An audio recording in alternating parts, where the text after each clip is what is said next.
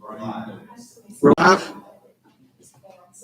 It's now 7 o'clock and I'm called to order the regular monthly meeting of the Board of Trustees.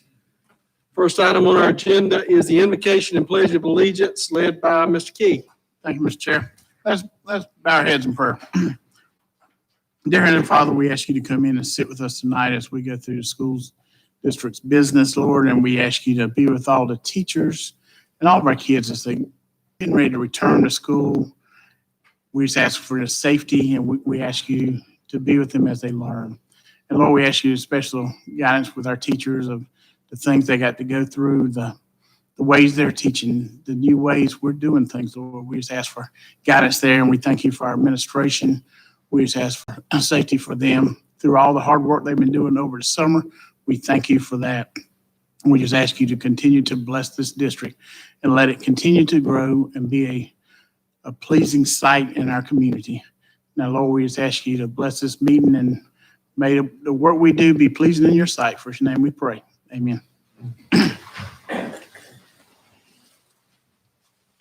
Pledge allegiance to the flag of the United States of America and to the republic for which it stands, one nation, under God, indivisible, with liberty and justice for all.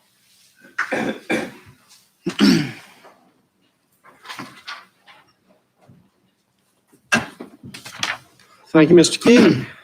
Next item on our agenda is consent agenda. Without objection, the consent agenda will stand approved. We move to unfinished business, and we don't have any unfinished business, which takes us to new business. First item under new business will be consideration of first and second reading of temporary board administrative rules, JER attendance and ADDR face coverings. Mr. Chair, members of the board, Dr. James, tonight we do have a series of policies that are being recommended for update, in some cases deletion. And we're going to begin with Ms. Kiava talking about JER. Dawn? Mr. Chairman, members of the board, Dr. James, our first policy that we'll be looking at is temporary policy, which is JER listed. Yes. You should have gotten an email last night from Danette with an update where we added some specific language for our virtual academy and hybrid students. Otherwise, what you have before you is the school board's model policy language.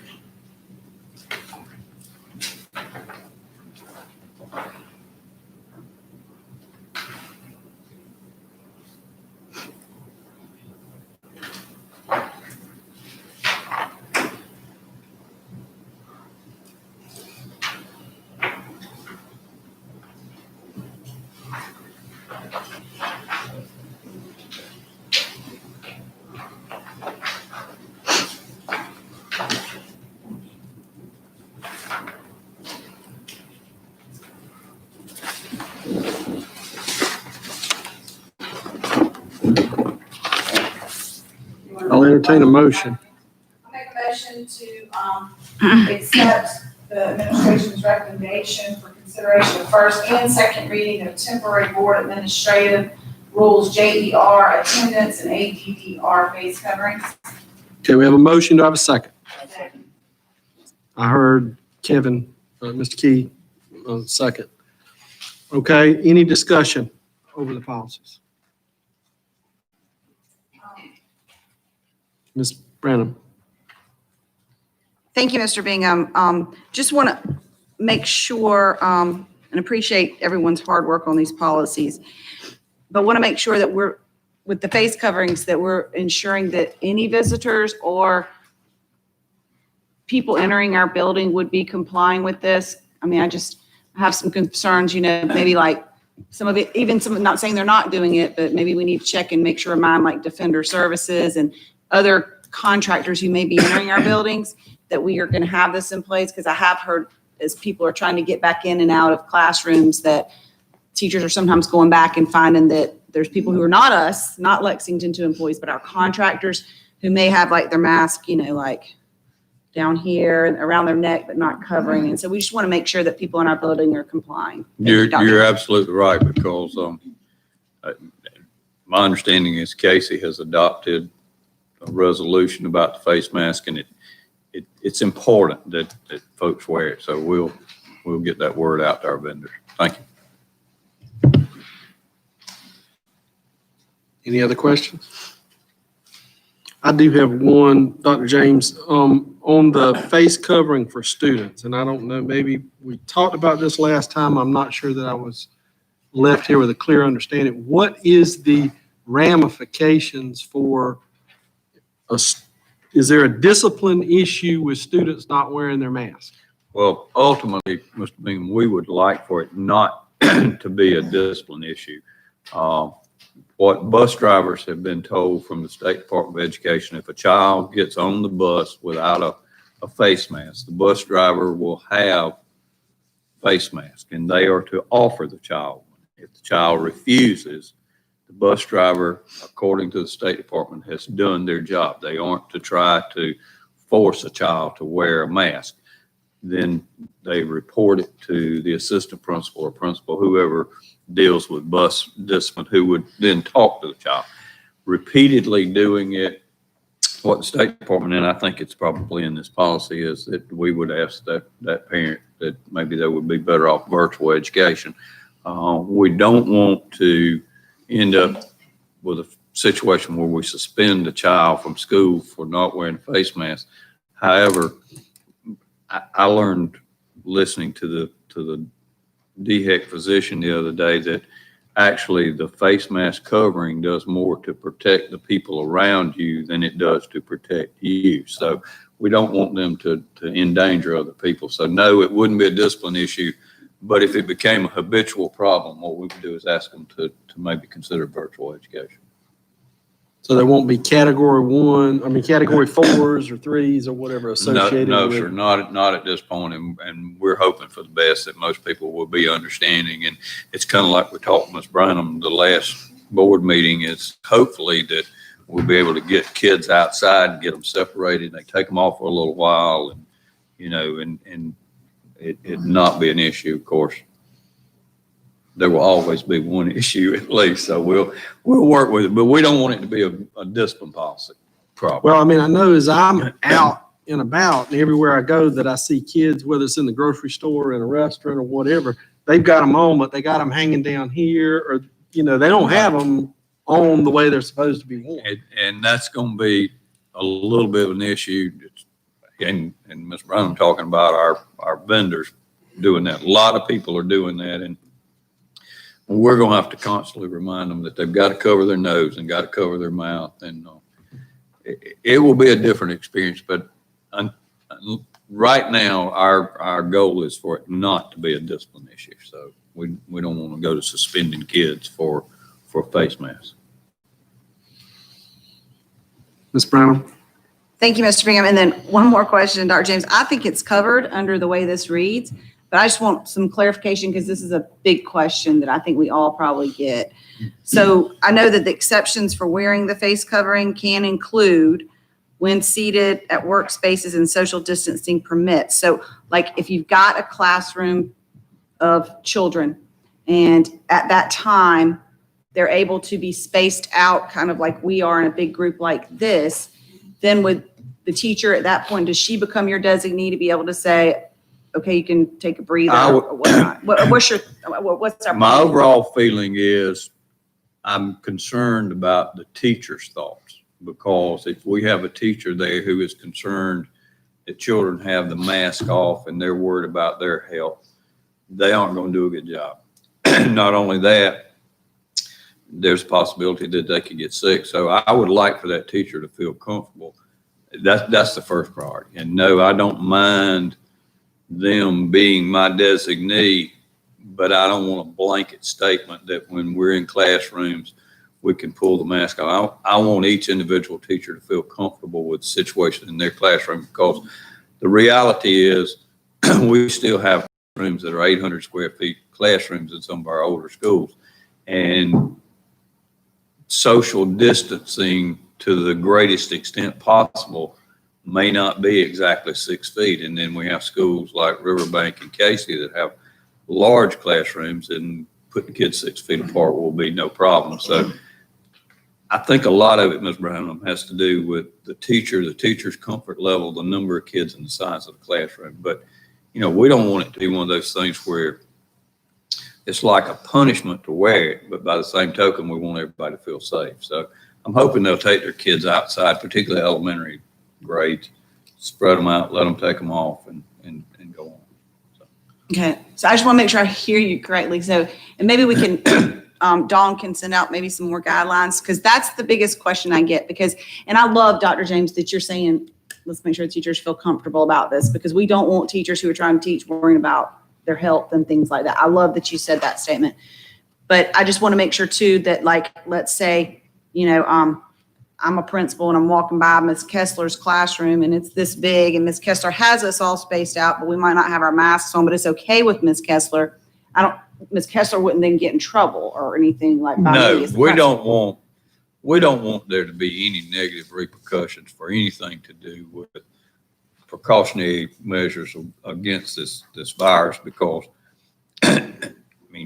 everybody has different comfort levels, and we have some teachers who rightly so are worried about it, and I don't blame them. We have people who have health risks that go along with it, and then there are other folks that maybe their room is bigger, their immune system's good. So I think it's got to be, the teacher has got to make that call, and I don't think the principal can override their personal feelings about their personal safety. So no, it won't be a personnel issue any more than it would be a discipline issue with a kid.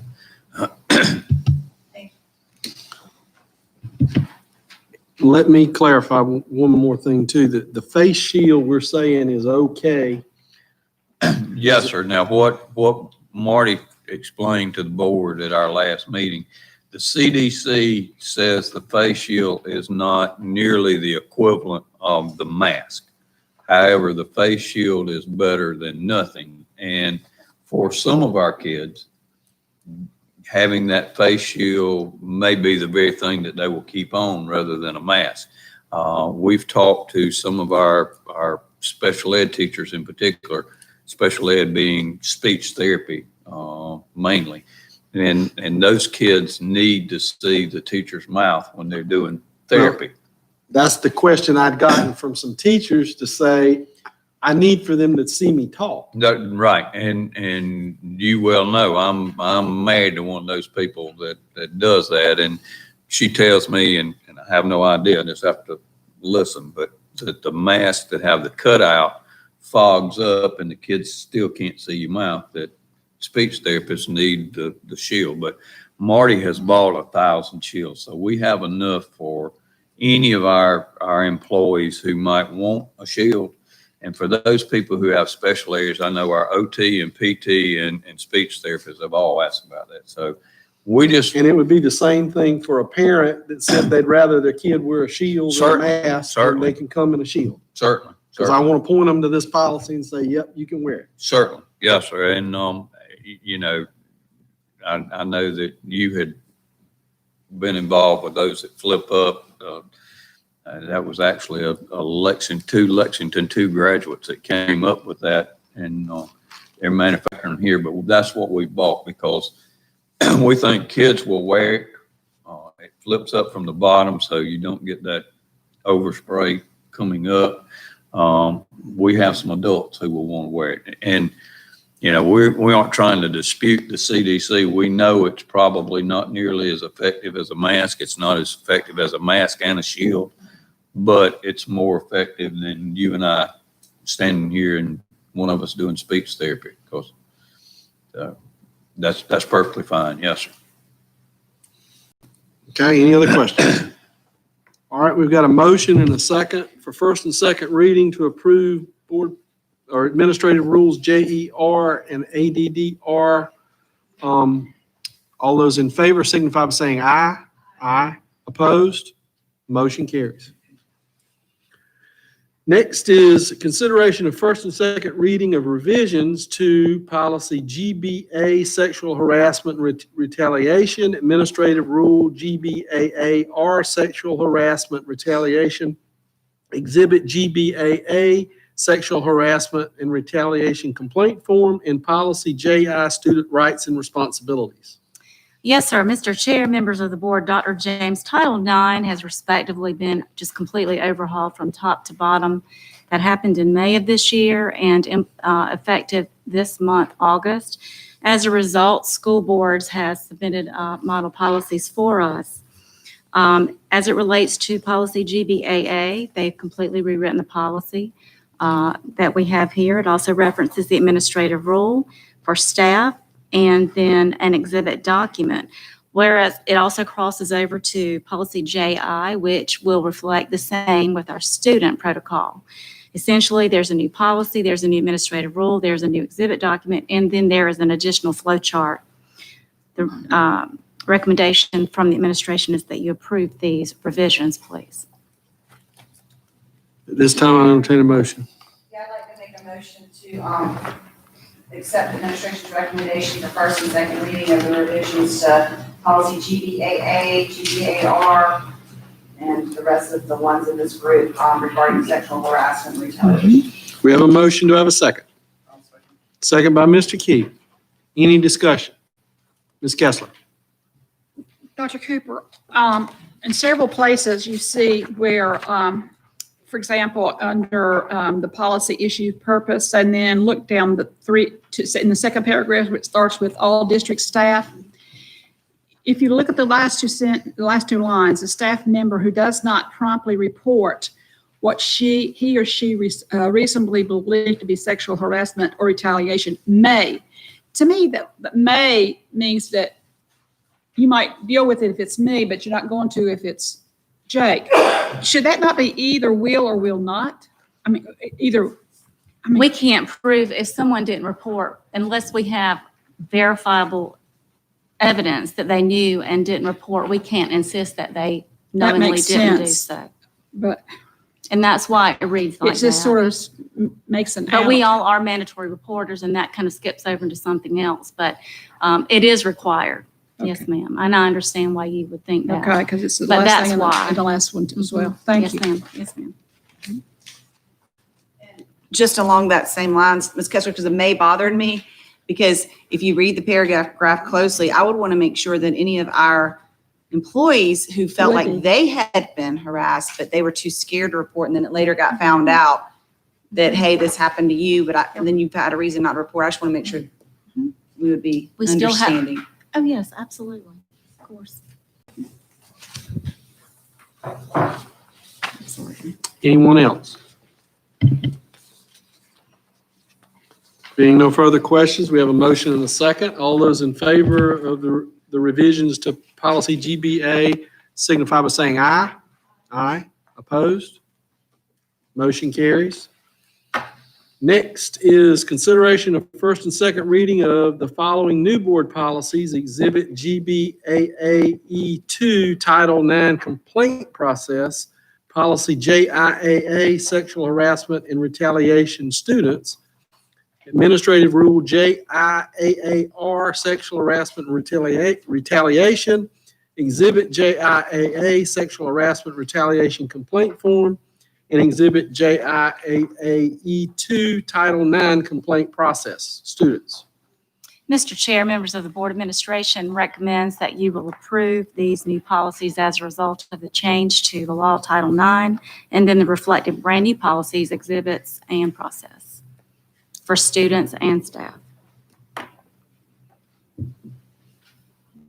I'll entertain a motion. I'll make a motion that we approve the administration's recommendation for the additions of GBAA-E2, title complaint process, policy JIAA, sexual harassment and retaliation, administrative rule JIAA-R, sexual harassment and retaliation, exhibit JIAAE, sexual harassment and retaliation complaint form, and exhibit JIAA-E, title complaint process to reflect the new title final rule that went into effect August 14, 2020.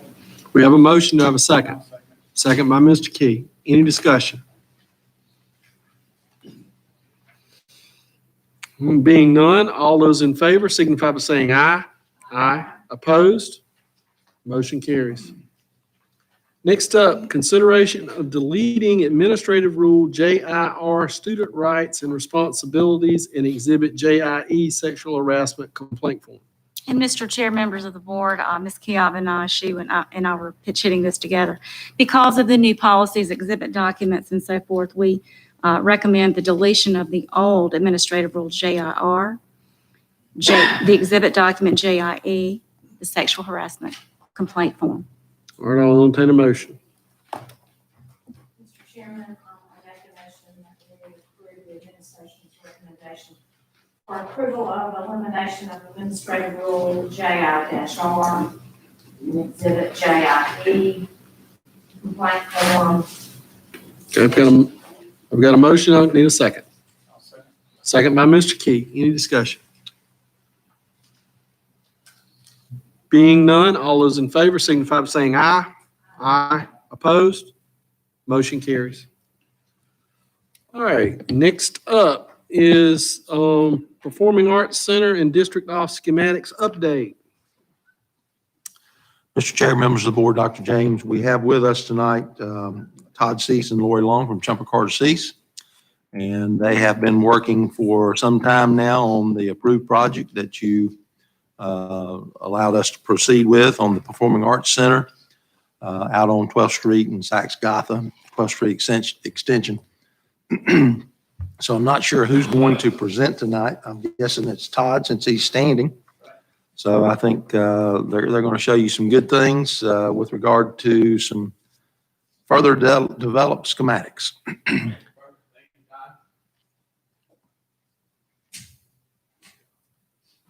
Chairman, members of the board, Dr. James, and Dr. Wade, thank you for this opportunity. Dr. Wade, welcome to Casey, West Columbia, Lexington too. I think you'll find it's a great place to live and work, and certainly thank you all for what you do for the children in our community. It's important, and especially now even more important. So, as Don mentioned, over the last couple of months, we have been working diligently with Don, Dr. James, Dr. Wade, senior staff members on the plans for the new Performing Arts Center. And Don mentioned Lori Long, architect in our office, and Mary Margaret Stokes, one of our architectural associates, have really been a part of the team that have been developing these plans. So we're excited tonight to show you where we are in the process, probably 50% through the schematic design process, but certainly a lot of work has taken place. We still have a lot of work to do, but we wanted to get your reaction to where we are currently. Just to, so David, are you going to advance? I can. Oh, you need the clicker? Yeah. You're familiar with the You're familiar with the site, and it is a beautiful site out on 12th Street Extension. Just kind of a drone shot looking west across toward Dominion's corporate office or South Carolina. Looking more toward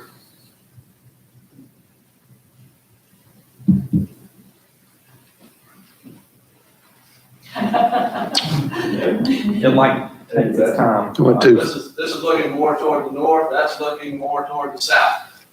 Bottom line, it's a cleared site. Got a perimeter of pine tree grove around the site, but it's a great site, and I think this building will have a sense of presence right along 12th Street Extension and Saks-Gotha.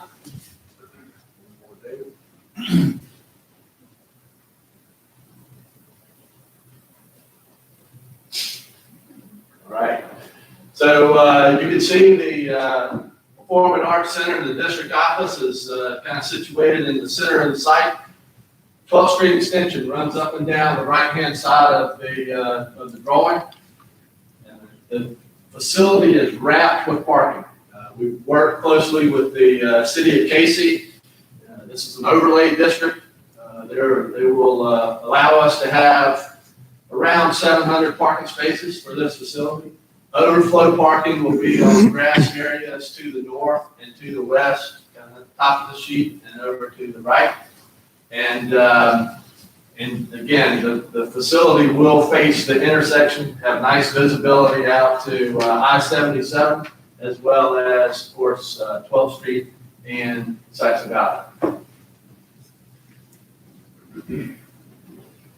We'll be able to join the district office, which is the sort of vertical element on the top right, and the Performing Arts Center, and utilize some shared spaces. So we want to make sure they're dual use type spaces. We'll create a secondary entrance for the Performing Arts Center, which will be the primary entrance for the district office. That'll be kind of in the corner of the drawing on the top side. The main entrance to the Performing Arts Center would be this sort of semi-arch coming off of the plaza down at the lower right-hand portion of the drawing. Lori and Don, Dr. James, Dr. Wade have been working closely together, working on the layout of the district office space. It's 2 stories. On the left, the first floor. HR is kind of on the western side, kind of that lighter gray color. Student services is the lighter blue at the top right, and then food service is down closer to the boardroom, which is at the bottom of the drawing.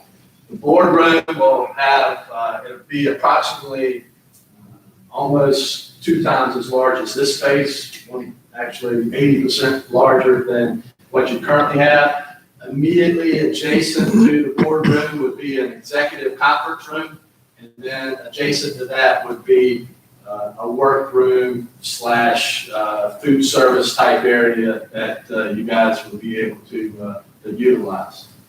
On the right-hand side of the drawing, and one other thing on the student services, we plan that there will be a secondary entrance. So parents and students that need to utilize those services will enter at the top of the plan, and they will not be able to gain access to the rest of the office area unless they're granted that access. So you can isolate and keep that separate. Same thing coming into the main entrance, which is off of sort of that secondary lobby. You'll go into a reception area, and prior to gaining access to the remainder of the office area, someone will have to buzz you in. So we'll have security measures planned out throughout the district office. On the second level, on the right is, in the blue color, is instructional office suite. Operations is located at the top right. Finance in the light green on the right, and then the superintendent's office located kind of in this southeast corner of the drawing. There are stairwells at each end, so you can easily go between floors, and also there are some second ways out in case of emergency. You don't have to go through the front door. So we thought about how you actually work in that on a day-to-day basis.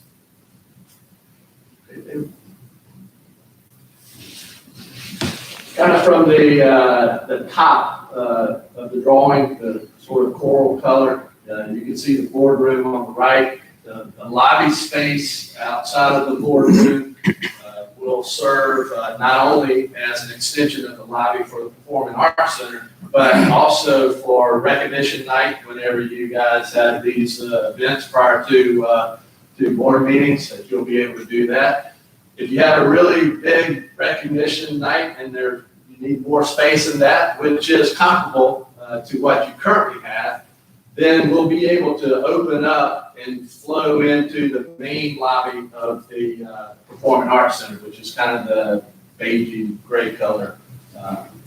So it's a lot of space that we'll be able to, again, be multi-use. Don talked about being able to host statewide meetings and events for, large numbers of people. There'll be multiple places around this facility where you'll be able to have those type breakout sessions after they have the main presentation in the Performing Arts Center. This is the ground level seating arrangement. So you can see approximately 1,000 people on the ground floor in the orchestra, that's the light blue area. Then risers more toward the back of the site. The house is flanked by restrooms and mechanical space. The darker blue at the top center of the drawing is a multi-use type space. And then over on the left is where the loading dock would be. It'll be designed to house tractor trailer trucks that come in if you have a professional group that wants to use the space, and then dressing rooms along the back. So they're male and female group dressing rooms, and then they're male and female star of the show type dressing rooms. And again, this was, we've been working closely with our theatrical consultant, collaborative, that they work on spaces and facilities like this really all over the Southeast. They helped us develop the program for this facility. The stage is approximately just over 5,000 square feet, fully a working stage. So there will be line sets, 30 or 35 different line sets with flies, so lights fly in, various different backdrops can fly in and fly out. So first class facility. On the next slide is the second balcony. So we have actually the ground floor and then two balconies. So about 500 people can sit on the first balcony. This area and this level has a balcony that looks into the lobby area as well. And then on the third level,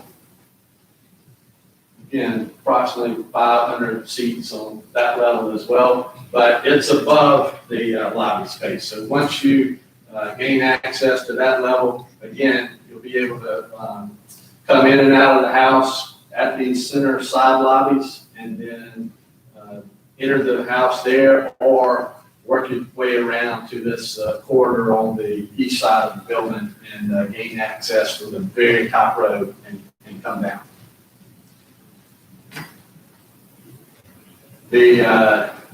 Just a section through the space. You can see the stage on the right. You can see the ground level and the orchestra pit immediately adjacent to the stage. Ground level seating, and then balcony 1 and balcony 2, all with nice sight lines to the stage. The proscenium opening is 55 feet wide and 30 feet high. So it's again something that will be able to accommodate not only Lexington 2 productions, but if you had off-Broadway type shows coming in. So we'll be working on creating our own drawing, but just as a reminder, this is sort of the character of that space from the second balcony. And again, our plan will be similar, with the exception we will not have these side boxes that wrap toward the stage from the second balcony, or the first balcony and the second balcony. We'll still have an opportunity for administration to have nice sight lines to all of the seats for visual access, and to just keep an eye on what's going on. But it'll basically be from sort of this first chair on the side there, as well as something on the opposite side.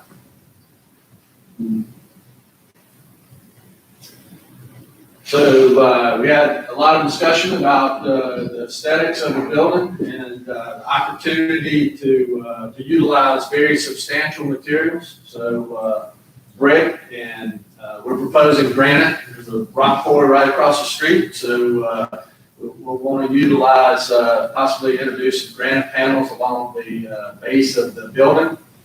and glass to emphasize the entrance and celebrate the Lexington Performing Arts Center. All right. We have a SketchUp model that I've been working really hard on, so I want to show you. It's good to have talented young people, all right? You guys know. So Mary Margaret has helped us with this this SketchUp model, and based on your comments tonight, we'll be able to further develop these drawings and renderings and create a fly-through as we move forward into next month and October's presentation. Any questions or comments while we're waiting for that to come up? Do you have the entrance to the district office? I'm sorry. That's the entrance to the auditorium. Do you have this, or is that the same? No. It's from the, You have a schematic of the entrance to the district office? yes. So, and you'll be able to see that, Kate, sitting on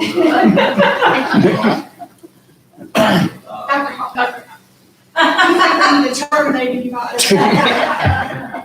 my favorite teacher, all right? All I know is Kay's blowing my phone up right now. She will be flattered. You can tell I said that. She's listening to you right now.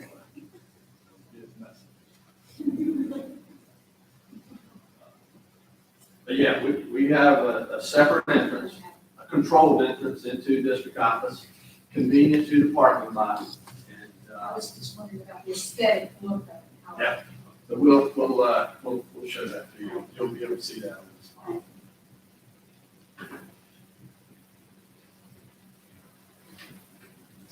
Will be different though, because they got to drive, basically drive around the back of the building. It will be a separate entrance. This is a multiple front-sided facility, okay? There's multiple fronts to this building.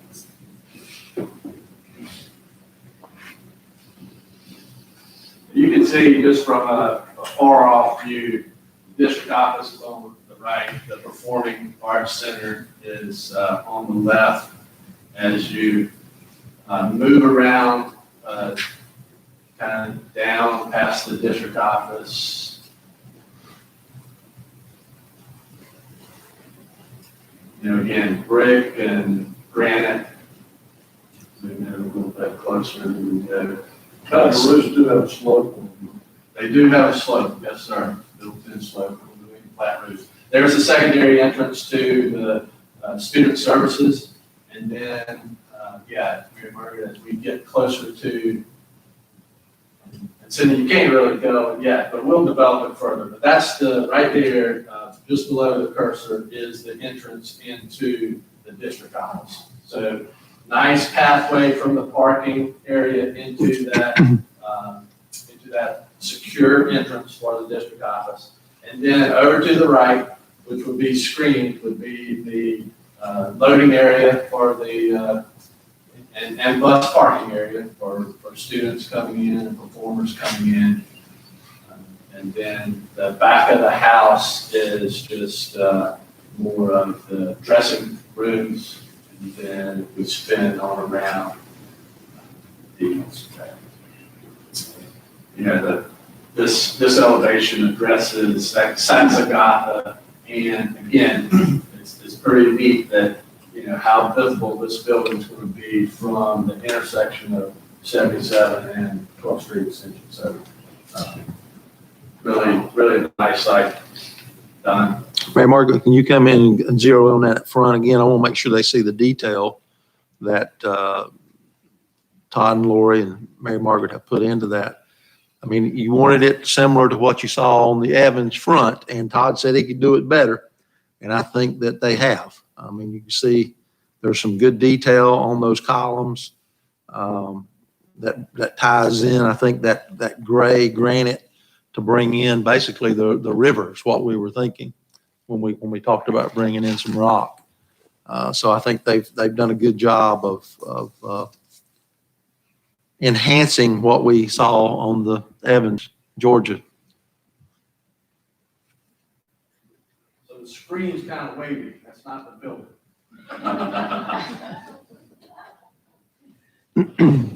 You see the detail on those columns?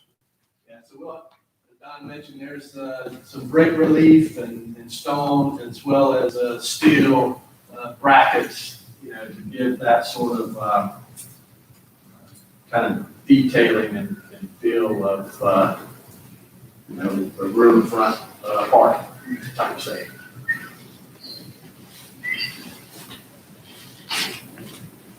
So I'll say it's a fun project, and we appreciate the opportunity. We're excited about it, so we're anxious to hear your comments. And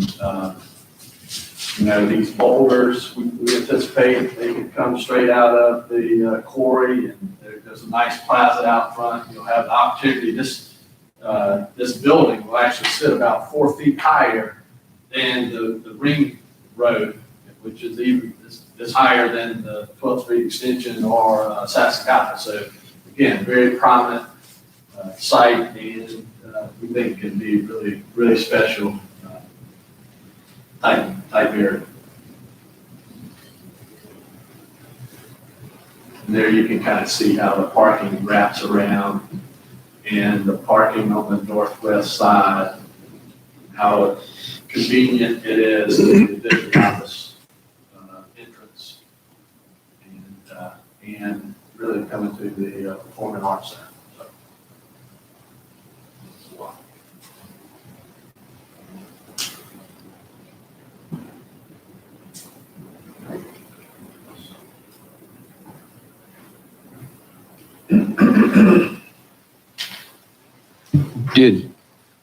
Did we ever, I know we had a conversation, but did we ever, as far as seating, the capacity of the center itself?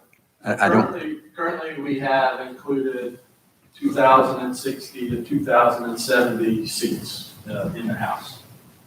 And the cost, what number are you targeting? We're targeting $40 billion now.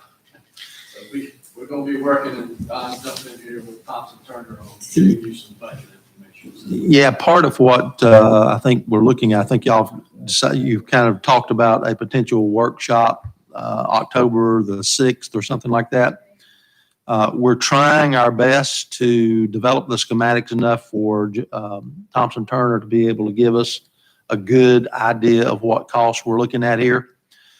They've been running some numbers as we've been doing this, and it's going to take everything we got.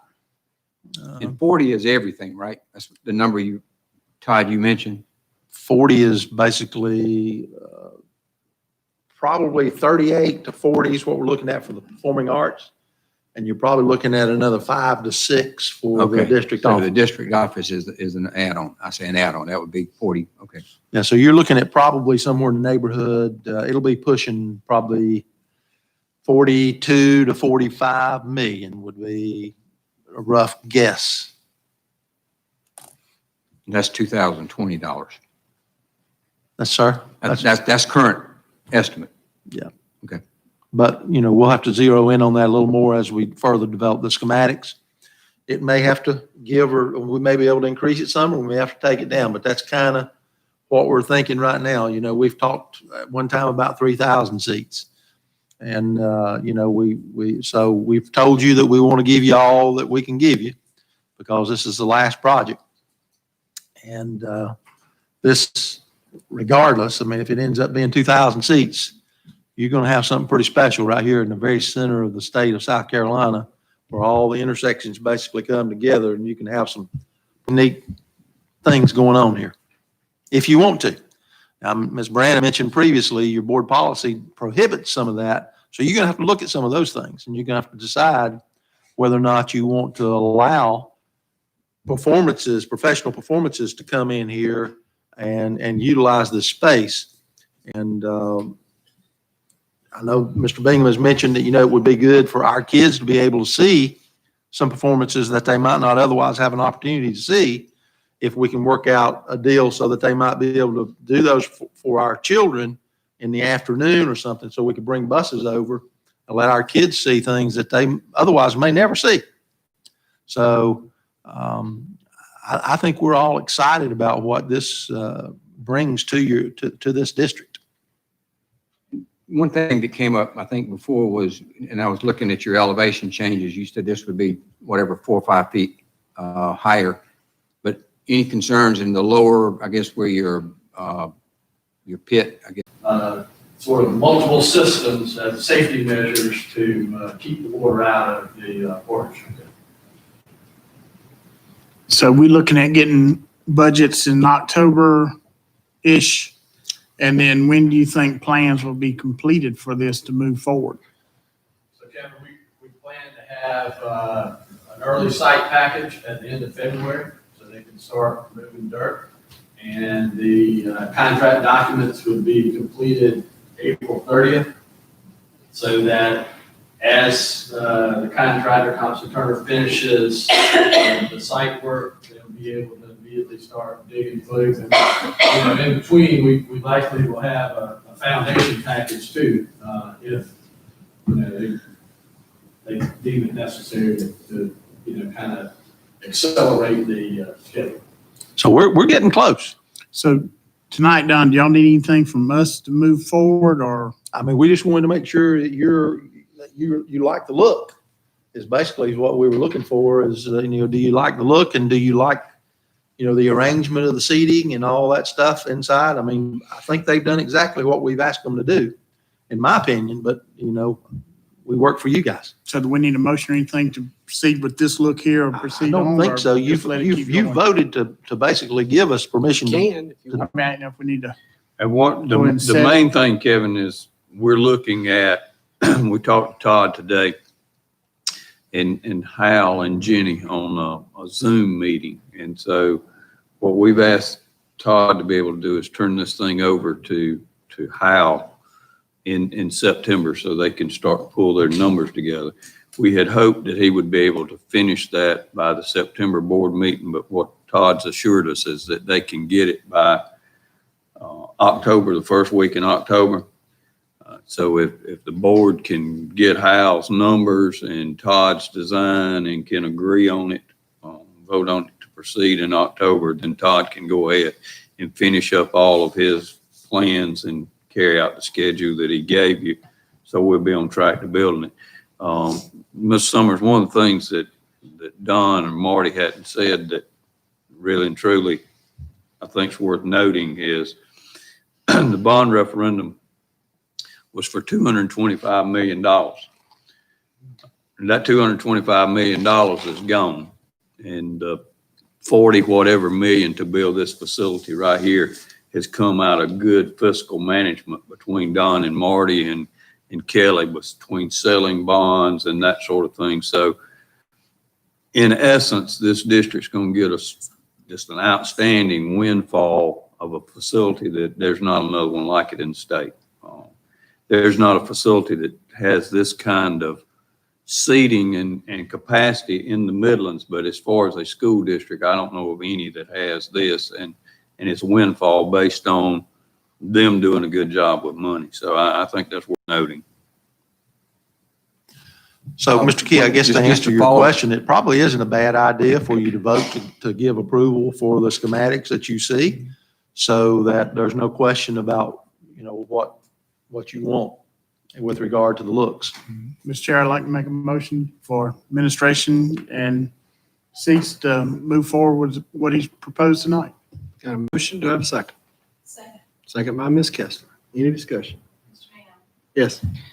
Back to what you said, Don, though, I think a key thing is if we're spending this type of money, we want to make sure this is a facility that can be used by our community and shows maybe coming in. So as part of this, I know y'all are so busy, but I think by maybe October, y'all could maybe bring us some language of what's currently existing on our overall facility usage plan and how we can incorporate what we might want to do here. Because I think we need to be having those discussions as well. So I think, I'm not trying to put too much on y'all, I know y'all are busy, but 2 months, maybe get us some facility language usage, because I know we're real tight on that right now. So we might need to look how we can loosen that up a little bit. We can do that, Ms. Brandon, because one of the things that we talked about, and actually Dr. Wade weighed in on this a lot.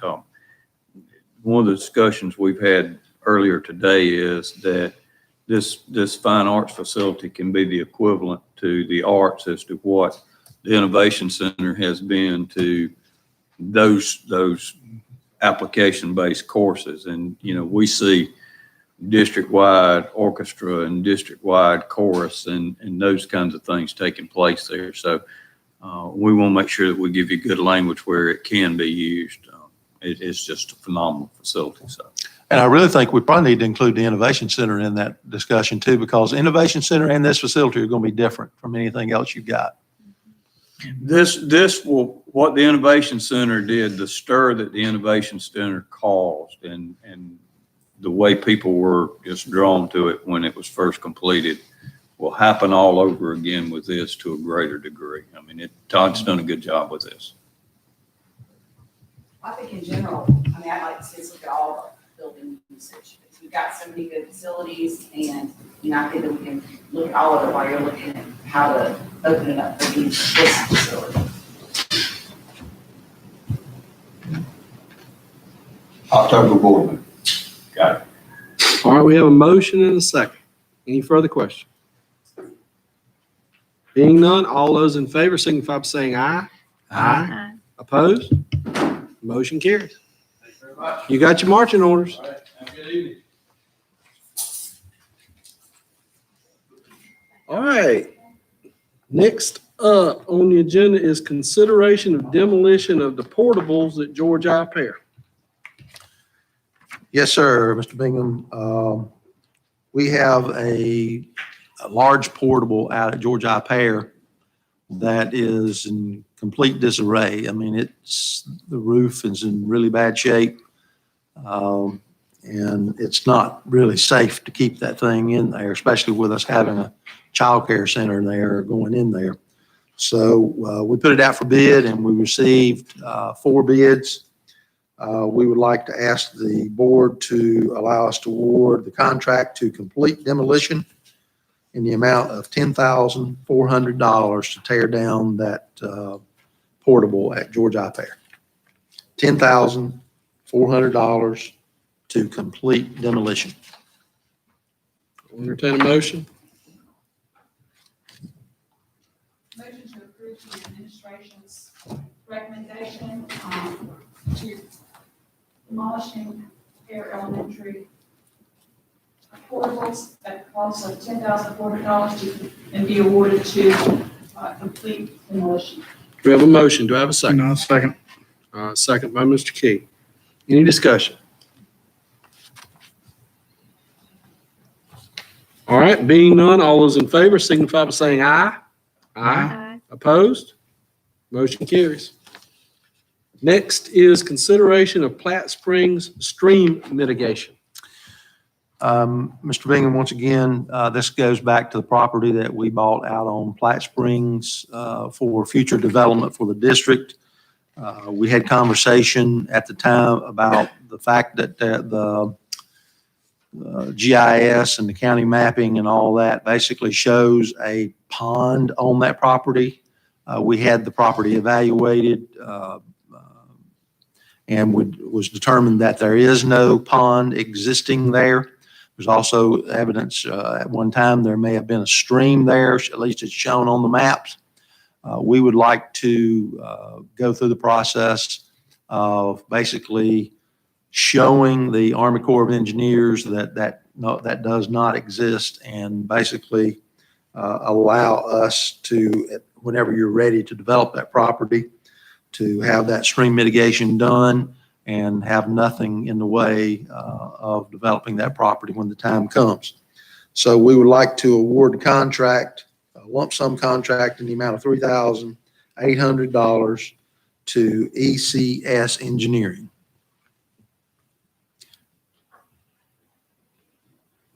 I'll entertain a motion.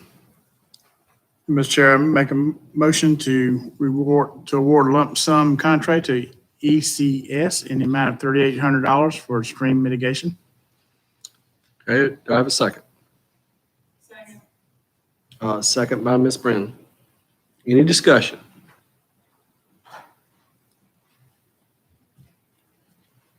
Being none, all those in favor signify by saying aye. Aye. Opposed? Motion carries. All right, next on our agenda is consideration of a mowing machine for maintenance. Yes, Mr. Chair, we had, I guess we still have it, but it doesn't work. But we have an 18-year-old mower that the engine is now blown. And to replace that, maintenance is requesting that we allow them to purchase a Toro mower on state contract. It's a 96-inch deck, which will allow us to mow these larger areas much faster. So we would like to ask that you allow the administration to purchase a Toro mower on state contract in the amount of $34,953.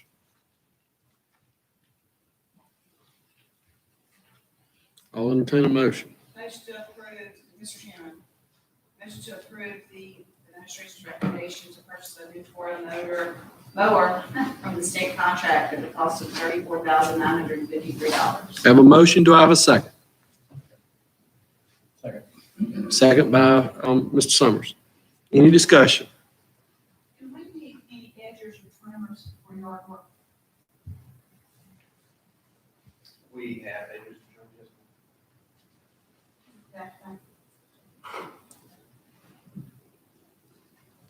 Any other questions? Being none, all those in favor signify by saying aye. Aye. Opposed? Motion carries. Next up is consideration of water bottle filling stations in the schools. Mr. Chair, as you know, we asked you back at the beginning of the summer to give us approval to purchase basically the parts to convert some of our water fountains to bottle filling stations because of our concern about germs being spread in our existing water fountains in the hallways and certain areas there. What our goal was to install 2 per school. And what we would like to do now is we would like to go back. Of course, all of them have not been fully installed, but we'd like to go in and order the parts, and we'd like to do another round of that type of retrofitting of the water fountains, to do 2 more per school so that we think we would have adequate water supply for all of our students and staff. So we'd like to ask that you approve a budget in the amount of $34,000 to modify 28 more water fountains throughout the district.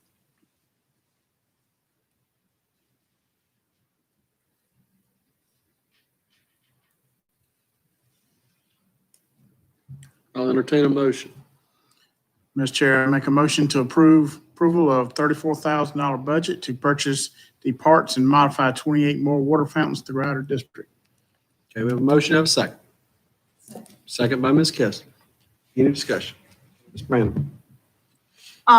So Mr. Eisenhower, I think it's great to have 4 per school, but I guess my question leads me to believe that we do have schools of varying sizes and populations. So 4 per school is a great goal, but do some schools need more than 4, or do some schools maybe don't need as much as 4? Have we looked into how many children and teachers and people in that building actually, because I mean, we do have some schools that are population-wise much less than like our big mega elementary schools. Yeah, Ms. Brandon, you bring up a good point, and basically probably where we need them most would be at the high schools, because in all of our elementary schools, our lower level classes, as far as lower grades, they have fountains basically in all of the classrooms. So where we probably need them more would be at the high schools. And that's something that we can certainly take a look at when we get these in. And you got some smaller elementaries that probably don't need 4. So I think it would be probably wise for us to take a closer look at the high schools especially. So I don't think you specified the motion. So basically, can we just make understanding the motion is going to be to add or modify 28 of them, but you will look at, usage and all that kind of stuff when you're making those decisions. Yeah, and I probably, in my explanation, I probably shouldn't have said 2 per school more, but what we're looking at is 28 throughout the district.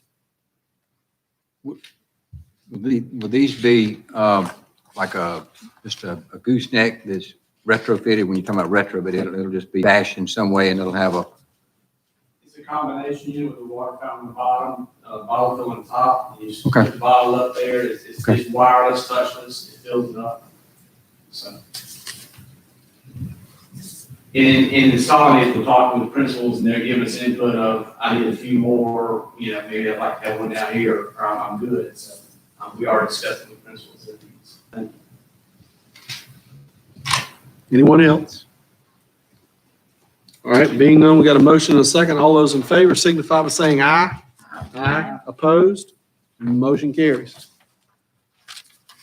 All right, next up on the agenda, we move to administrative divisional reports. Instructional update. Mr. Bingham, members of the board, Dr. James. Good to be talking about instruction again tonight. We are looking forward to welcoming kids back into our buildings on Monday of next week. We begin our LEAP week for our K through 8 students. And so we're really looking forward to that. And so I thought I would start out talking about LEAP just so you have an idea of what's going on next week with our K4 students all the way through grade 8. They're involved, and you can see the elementary schedule on the left-hand side and then the middle school on the right-hand side. For the most part, they are the same except for some of the times. On Monday, we're going to begin doing individual testing of students. That'll be obviously small groups. And then the majority of our teachers will be meeting because, as you know, our teachers have not been back. So unless they've been in on their own to work in classrooms, which many of them have, but we really wanted to provide them an opportunity to sit and have some time to talk about the new procedures and how they were going to handle students coming into the building on a more larger scale on Tuesday through Friday. So you can see beginning on Tuesday and Wednesday, we're going to have our virtual students come in to our schools, their home schools. We've divided the groups of kids into 4 groups, and there's a morning group from 9 to 11 and an afternoon group from 1 to 3 on both of those days. And then Thursday, we will begin seeing our students that will be in our hybrid model this year. And those are actually the kids that will be coming on Monday and Thursday once school starts. You can see that elementary will come from 9 until 12:30. And you can see our middle schoolers come an hour later. That's because of transportation, which will be provided on Thursday and Friday. That their hours are 10 o'clock until 1:30. And then Friday, we'll see the other half of our hybrid kids. And those are the kids that will come to school on Tuesday and Friday. So some of the activities that our students will be participating in on Monday, as I mentioned, we'll begin doing small group testing. That's our K4 kids. That's our special needs students that we were unable to complete their evaluation when we went out of school at the end of last school year. It'll be SOL students. That'll be a large portion of what we start with on Monday, and that will continue all the way through Friday with those students. We also will be working on our social and emotional learning with our students and really checking in with them, because for many of the kids, we haven't seen them since March. And so it really will be an opportunity for us to see them and lay eyes on them. And so Lisa Harmon and Emmylou Todd have provided our schools with social stories to help with our special needs and our younger students to help them get adjusted to coming back into our school environment. And then also with our device distribution needing to happen with our kids who are going to be virtual, that'll be a large portion of what happens during that time. And we'll also be making sure that those students know how to log into those devices and where they can find all the instructional resources that they're going to need. And just as a note, there will be breakfast or lunch served depending on the time that they're coming, either the morning group or the afternoon. With our hybrid students, we really, as I talked to principals both at elementary and middle school, they really wanted to focus on kids coming back into the environment and feeling welcome. And in addition to learning what the new procedures were going to be, face mask and all those kind of things, how that was going to look. And so what they're going to spend their time doing is really trying to get kids welcome back into school and enjoying coming back to school. So they're going to do some fun activities with them that will be related around content, but they're also going to do some social emotional learning as well, with the focus really on trying to make them feel comfortable coming back to school. We've also spent a lot of time, y'all have heard lots of conversation in the news and from State Department, just like we have, about this idea of social emotional learning. And so we know that we're going to have to spend extra time on that this year with our students and, quite frankly, our adults in the building too, especially folks who have really spent a lot of time and really been proactive in social distancing with themselves. Coming back into a school environment is a little daunting. And so we're really going to have to work with our adults through our kids with the social and emotional piece. Earlier this week, Dr. Bingham, Ms. Harmon, Diane Reed, Mary Brooks all worked with our school counselors from elementary through high school to start talking about putting together a framework, much like we showed you last meeting with the hybrid model. We're doing the same thing with our social emotional framework and trying to make sure they understand how to provide our teachers with resources that they can push out to students. And so they're working on that, and we'll be implementing that across the district. And then also Acellus, which is the program that we're using for K-12, it also has a course in elementary, middle, and high school around social emotional, which we're also planning to use. Moving into our virtual program and how we're planning to implement our social emotional learning in that environment, we have spoken during that meeting with our school counselors about being responsible for the students that are tied to their school. And so Dr. Berggraf really has worked hard already with the counselors to talk about putting in some processes for them to be able to reach out to the school counselors back at their home school. They are talking about using Google Meet so that they can meet virtually and do some of those kind of things. So, and also as well as providing the teachers those resources that we talked about so that they can regularly push out information to our students so that we can stay on top of where they are socially and emotionally. Also with the virtual program, I haven't talked about that a whole lot, so I felt like it was important to talk about it this evening. And so these are the expectations, and I know this is small, and I'm certainly not going to read all of them to you, but we have provided these. Dr. Berggraf has put these together, so he's laid out expectations for our students, for our parents, as well as our teachers. And so for our students, 2 examples would be that they participate in live class sessions and complete all their assigned work daily. Contact the teacher if they need additional assistance. For our parents, we're asking them to work with their child to identify an optimal working space within the home so that that can be a consistent place. Check your child's progress regularly. We all know that that is something that really helps keep our students engaged, is when their parents are really checking to make sure they're following up on their work. And then to participate in regular scheduled virtual family conferences. We're really having lots of conversations about how do we stay engaged with our families, and not just our students, but also the parents. And so we're going to be asking them to have regular meetings with us. And then from teachers, we know it's hugely important that we track and analyze their progress throughout this year. So we're planning to do that. And then also to meet with parents and students for regular progress and goal setting conferences. So all those things and much more, but that's just some of the highlights. But we are trying to be very clear and setting clear expectations for not only our students and parents, but also our teachers. At your seat this evening, yes, sir. Can I ask you a question? Yeah. Can you give me an idea, because I've had some questions with regard to like the 4K and 5K students, the kindergarten kids. How does this work with them? First off, there is no 4K virtual program because that is Well, funded. Is it hybrid? Yes, it is hybrid for them. So they still got a virtual component.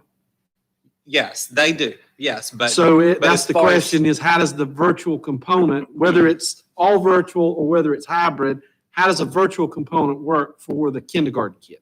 I got you. I just wanted to be clear because we've had lots of questions about parents trying to enroll their 4K, and there is no virtual allowed by the state and by 4K. So when those students are working at home, I've shared previously that our learning management system is Seesaw that we're going to be using. And so through Seesaw, it's a simpler platform to use in the Google Classroom for those students. And so it's all laid out, but we'll be doing videos with them just like we did in the spring. A lot of our kindergarten teachers, first grade teachers, they did their morning startup. They'll be doing those kind of things. They'll be recording mini lessons for 5K and up. They'll actually be live with those students. So they'll be providing many lessons to them. They'll also provide them other activities on the side that they're working on outside of that live time. But it'll be both live and what we call synchronous and asynchronous. So the kindergarten kids will still have the Chromebooks at home. They will have and iPads. That is correct. They'll be doing this at the same time they would normally be in class doing. That is correct. And our K-4 students will also have devices. So we'll have devices K-12 this year. Thank you. I didn't realize we were moving on to something else. Can we go back to the LEAP part, Dr. Brooks? Sure. All right, so going back to the LEAP, I don't believe the LEAP involves all children at the school, right? It just involves children who have been identified potentially as needing maybe additional help and introduction. Can you explain how the LEAP people, got chosen to begin with? Sure. We have to have students in our facilities throughout the whole week in order to be reimbursed for funds. And then the state has laid out different activities that teachers can be involved in and students can be involved in. And so they want you to bring in as many students as you possibly can. So in theory, we have invited all of our students into LEAP Week, either through our virtual model or through our hybrid. So either Tuesday or Wednesday for virtual kids to come in and pick up devices and meet with us. And then on Thursday and Friday, our hybrid. So we're actually inviting all of our students in during that time. All right, so can you flip back to that LEAP schedule? So on the LEAP days, okay, yeah, there we go. So when the virtual students are coming in the 4 groups, who is meeting with the virtual students, or, who's meeting with the hybrid students? Is it going to be their classroom teacher for the hybrid students will meet with them on Thursday, and the virtual teachers meet with the virtual students on Tuesday? Or who's meeting with whom? Sure. We've had that question too, especially with the virtual at this point, and are they going to have to work with those students? And what we have told principals is on Monday, for example, media specialists as well as the virtual teachers and other staff members are going to have to be getting iPads ready to start distributing on Tuesday and Wednesday because they have been packed up, they haven't been charged, those kind of things. Based on the activities that I've already shared with you, we need those devices to be charged so that they can log into them and use those. So that will be happening. On the virtual, for the most part, the virtual teachers from the school will be there to work with those small groups of students that come in. But what I've asked principals to do is in those cases where we have large numbers of students who are coming in so that we can socially distance them, if there are other teachers in the building that they need to have also work with those students, then we've asked them to do that as well. And then for the most part on Thursday and Friday, it will be their regular teachers that are working with them. And of course, those virtual teachers would be available to work with them also. Okay. But we're also using this time when they're not working with the students, that they are looking at their results, test results from last year, STAR, those kind of things. They're talking about the curriculum. They're starting to talk about the lessons. So we're trying to be smart about all of those different pieces. So on the Tuesday, Wednesday, have you told the students in the virtual school which day to come on the Tuesday or Wednesday so that we don't have like everybody coming on the Yes. Tuesday and then? They have been broken into groups. And then my last question is because I know perhaps some of our more medically fragile teachers who requested to be virtual requested that because of, health concerns. So are we going to be able to take steps to make sure that, that they're kind of And protected? that'll be where we have to have some of those other teachers step in and help us with that. Gotcha. Okay, thanks. Yep.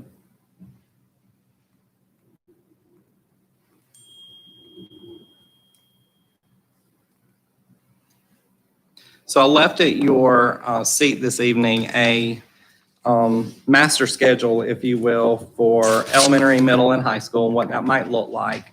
And I thought that it would be good for you to see that so that you can see some of the activities that we have planned. I want to point out to you that you can see that we have synchronous and asynchronous learning going on throughout the day. That just means live. They're live with the teacher virtually, and then asynchronous is when they're working on their own. We also have time that's been dedicated for small group assistance, and we also have that time built in for purposeful parent contact at every level, elementary, middle, and high school. We've also, if you look at the time, we're starting them a little bit later, and we are saving about 30 minutes because what we're going to ask teachers to do is to have 30 minutes in the evening of office hours, because we feel like we need to provide some time for parents to be able to reach those teachers when they're not at work. But we also want to be respectful of our teachers, and we can't ask them to be on the clock 24/7 like we did much of the spring. And so we're trying to strike a good balance here and being able to accomplish both things with that. Also want to point out that our high school schedule time frame 4 blocks is set up to coincide with the Innovation Center, because in those classes like cosmetology and welding, for example, where there are required hours that they have, we do have some students that have requested to be able to continue those classes, and y'all have asked about that too at previous meetings, and we do want to provide that opportunity. So the schedule is built so that hopefully that works out for that to happen. On the back of your sheet, last meeting I shared with you the framework for the hybrid model. This is the elementary. This is a sample that I have up here. You have the elementary math and ELA. Up here is just the elementary ELA. So this shows you sort of the breakout of time and how that might look during that 90 minutes of ELA block. So you can see that the different activities are covered, and we've provided teachers with an allotment of time just so that we can try and be consistent. And this also matches pretty much what happens in the hybrid classroom as well. For our secondary, it looks a little bit different because they're in blocks of time.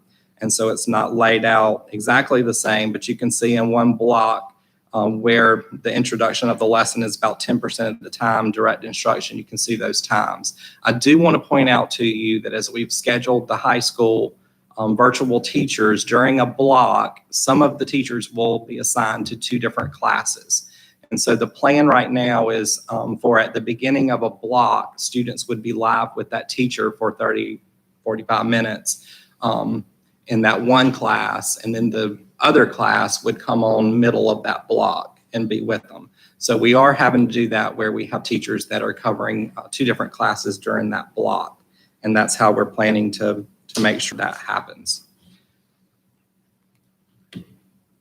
And then our locations, we have confirmed this. We've had lots of conversation about where to house them, and mainly in regards to parking and those kind of things with the extra staff.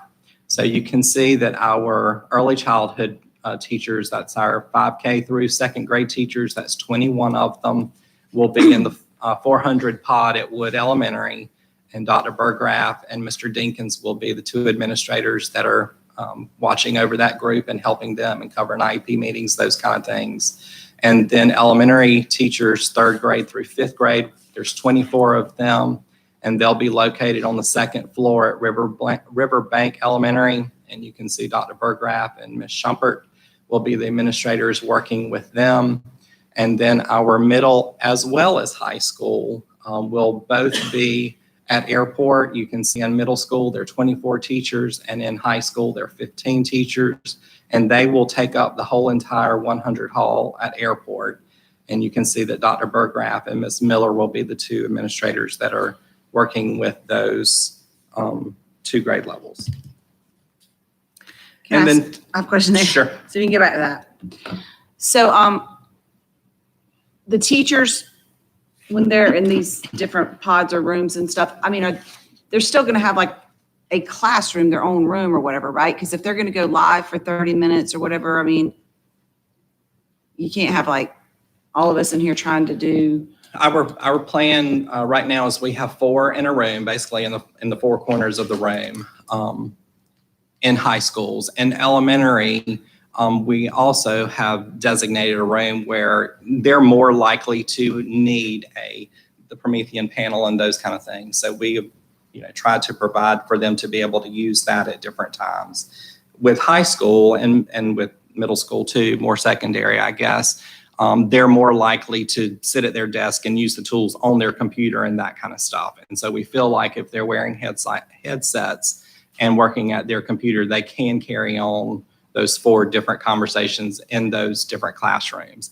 The other reasons that we have them in the classroom is because we thought it was hugely important that they have each other to collaborate with and rely on. Because, if you and Ms. Wooten are teaching English, for example, and you're in the same place, it doesn't make a whole lot of sense for both of you to record your own, separate lessons. You can share lessons and those kind of things. And so that's the reason that we put them in there, so they can be resources for each other.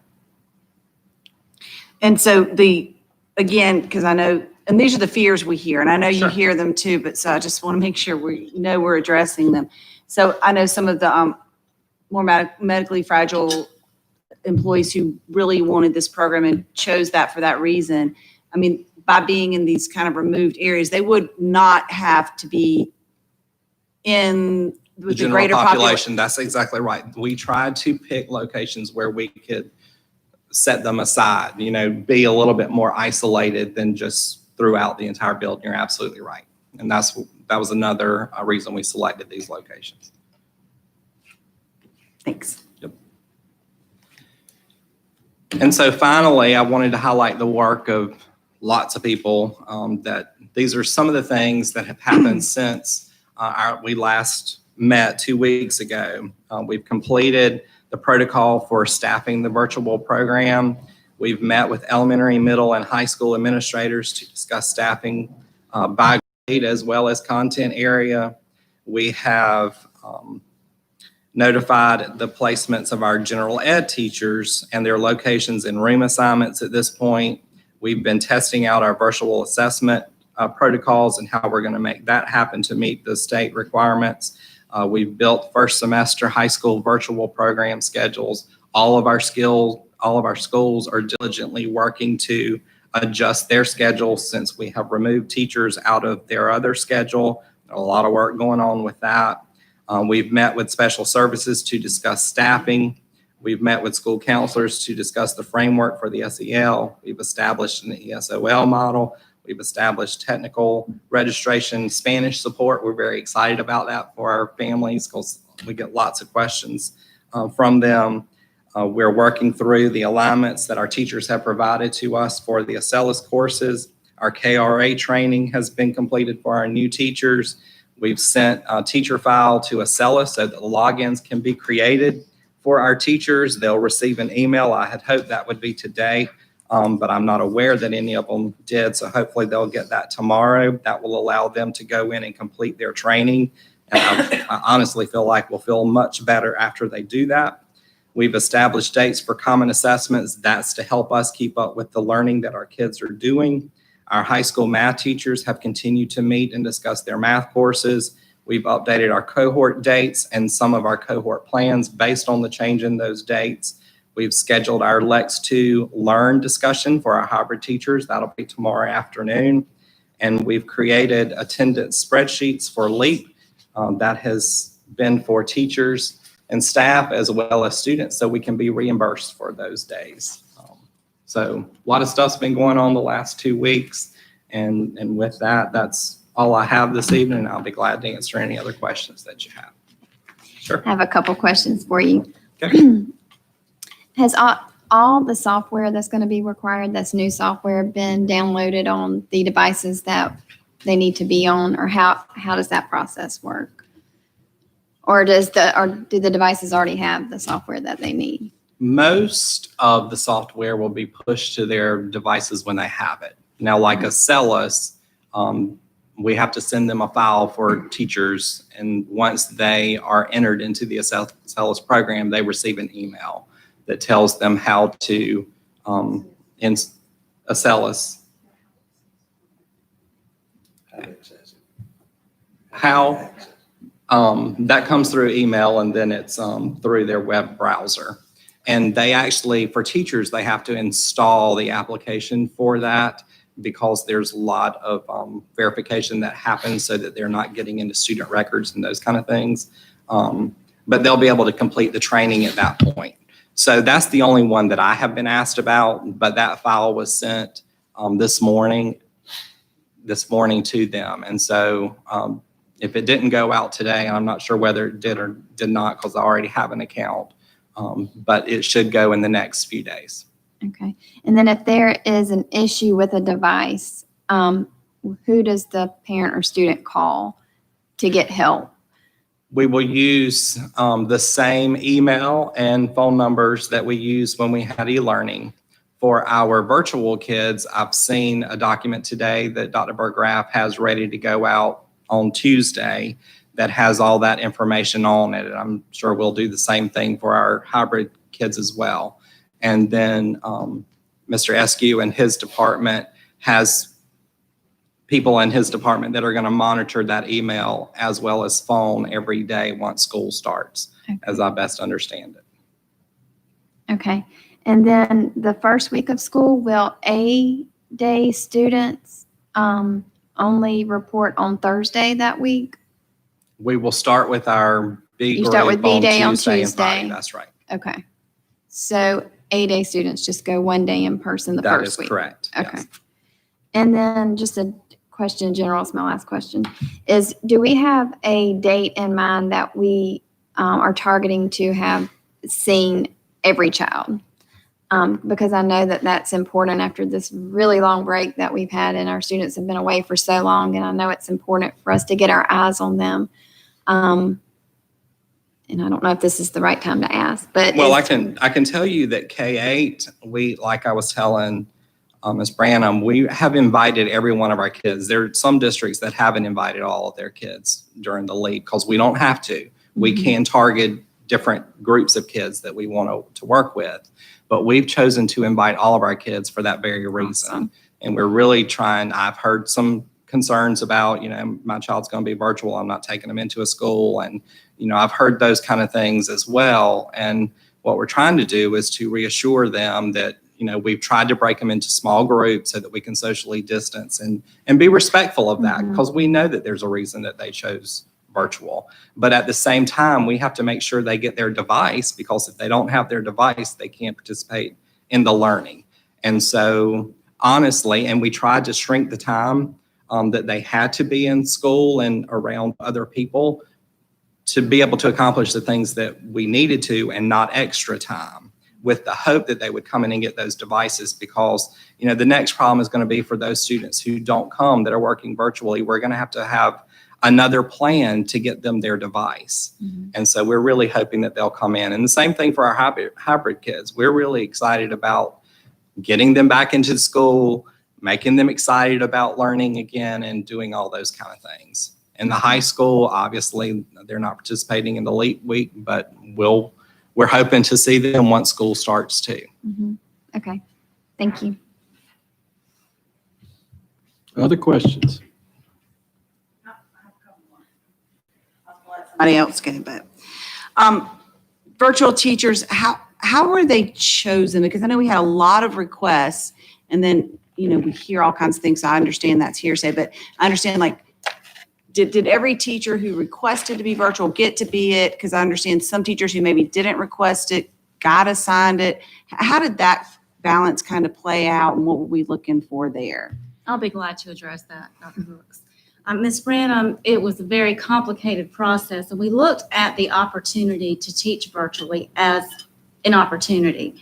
And because we do not have a particular policy that speaks to any of this, I decided that it was fair that we would develop a protocol which would consider our staff who had longevity, whether they filled out a survey or not, an opportunity, okay?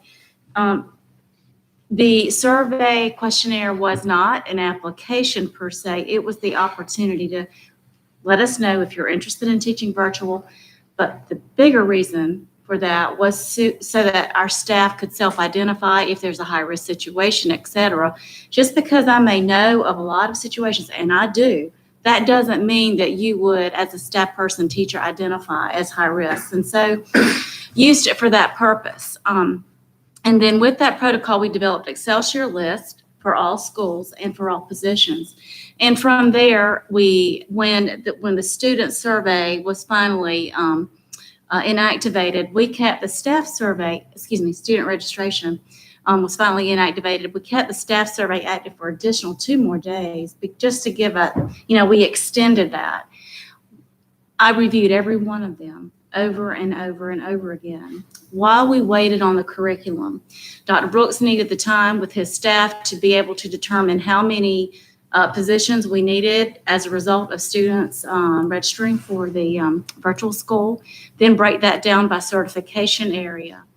And then I applied that protocol to this matrix specifically. Anyone who identified as high risk I didn't ask any questions. I just didn't. I went and I placed them. As it relates to, first, we tried to the greatest extent possible to keep grade level content, but that wasn't all, grade level the same. That wasn't always possible because we've been working so hard on PD for the instructional process. We were able, though, to keep them and, with the certification. Applied that first. Well, of course, the majority of the folks that we have, particularly in the elementary schools, if you apply that Excelsior list, what are they? They are our pullouts. Those are your instructional facilitators sometimes, your reading coaches, and et cetera. We applied it like that. Then I pulled those folks out, and then I looked specifically at the classrooms.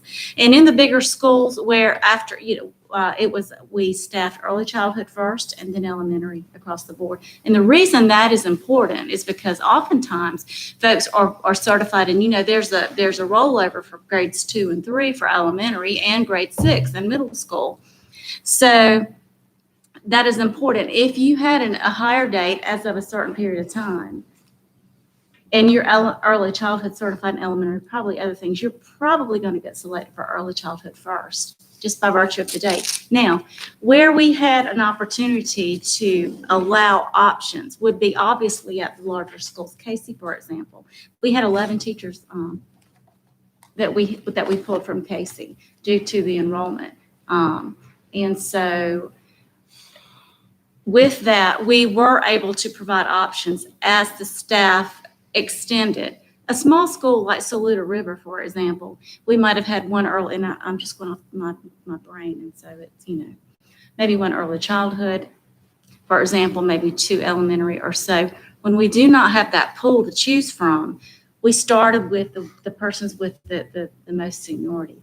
And there were some folks who were selected and they absolutely did not want to teach virtually. And when we could allow an option, we did. Everyone we have 2 exceptions that we're working on right now. Dixon already mentioned one, that's K4. So we have 2 other situations where we do not currently have a placement, but we are working for that with a high-risk situation. So when you put all of those variables together, it comes out this great big matrix. And And that's what we did. And it's, the background to it is like this, but there were lots of variables. And it just boiled down to high risk identification first. And then we tried to provide options and higher dates. Now, using higher dates and certifications. There were a few situations where folks, like I said, they didn't fill out the survey. Some of the folks said, how am I selected? I didn't fill out the survey. Well, in those particular situations, that was the next. We literally had a protocol for that. They were just the next choice. And for the most part, I think at this point, especially now that the information on the CELUS is coming out, and as they get that link and as they go and they do that tutorial, I agree with Dr. Brooks, and I'm not in instruction. I think most people will feel much, much better about it, including all the PD and all the instructional materials I know that have been purchased for this particular time that we're in. So the protocol included high-risk scenario identification. It included consideration of your hire date, because while it's not punitive, it's an option. You had to do something, and it was applied across the board. Only thing I'll add, Ms. Branham, is from the teachers that I've heard from, they are concerned about losing this connection to their homeschool. And we're working really hard to make sure that doesn't happen. Anybody that's been in a room with me as I've talked to teachers and administrators will tell you, one of the things I have continually said is these are our kids. I have to have great teachers at the homeschool. I have to have great teachers in the virtual school, because at the end of the day, they're still your students, and their test scores and everything else they matter. And so we're going to really work hard to make sure that our teachers, whether they're in the virtual program or they're in the hybrid, are still continuing to work together, because we believe in the collaboration, and they've worked hard. And they are still considered staff at their That's right. home school. And we've done a lot of work going back to May with the essential learning and ELA and math, and we don't want to lose any of the momentum that we have going.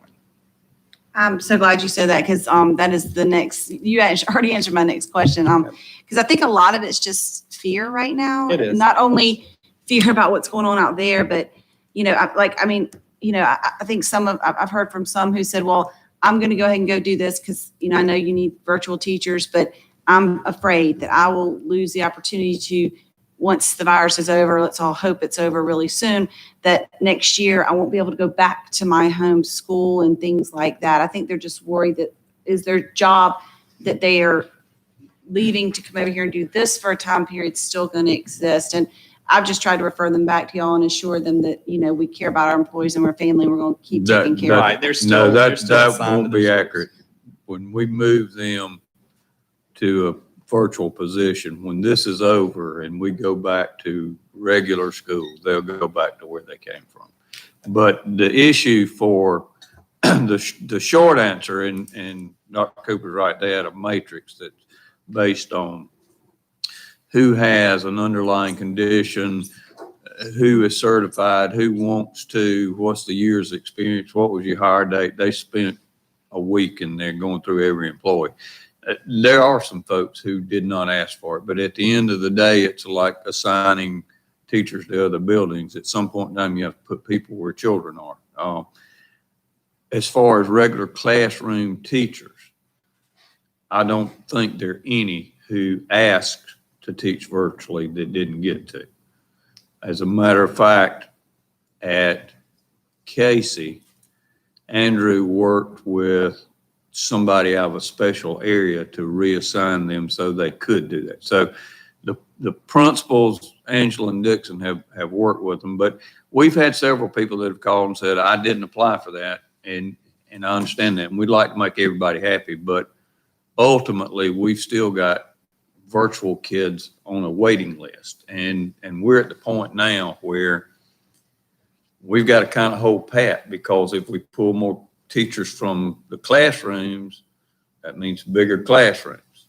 But we want to accommodate those kids who want to be virtual. So it's a delicate balancing act not to get one overloaded or the other. So we can't do a lot about the fact that maybe they didn't ask to be in virtual. They were selected based on their certification, their hire date, all those things. But they will go back to whatever school they came from when it's all over. So do we kind of talk here when you were talking about it, because of numbers, do we have an idea of the numbers in the classrooms? Yes, ma'am. Yes, ma'am. Can you share that?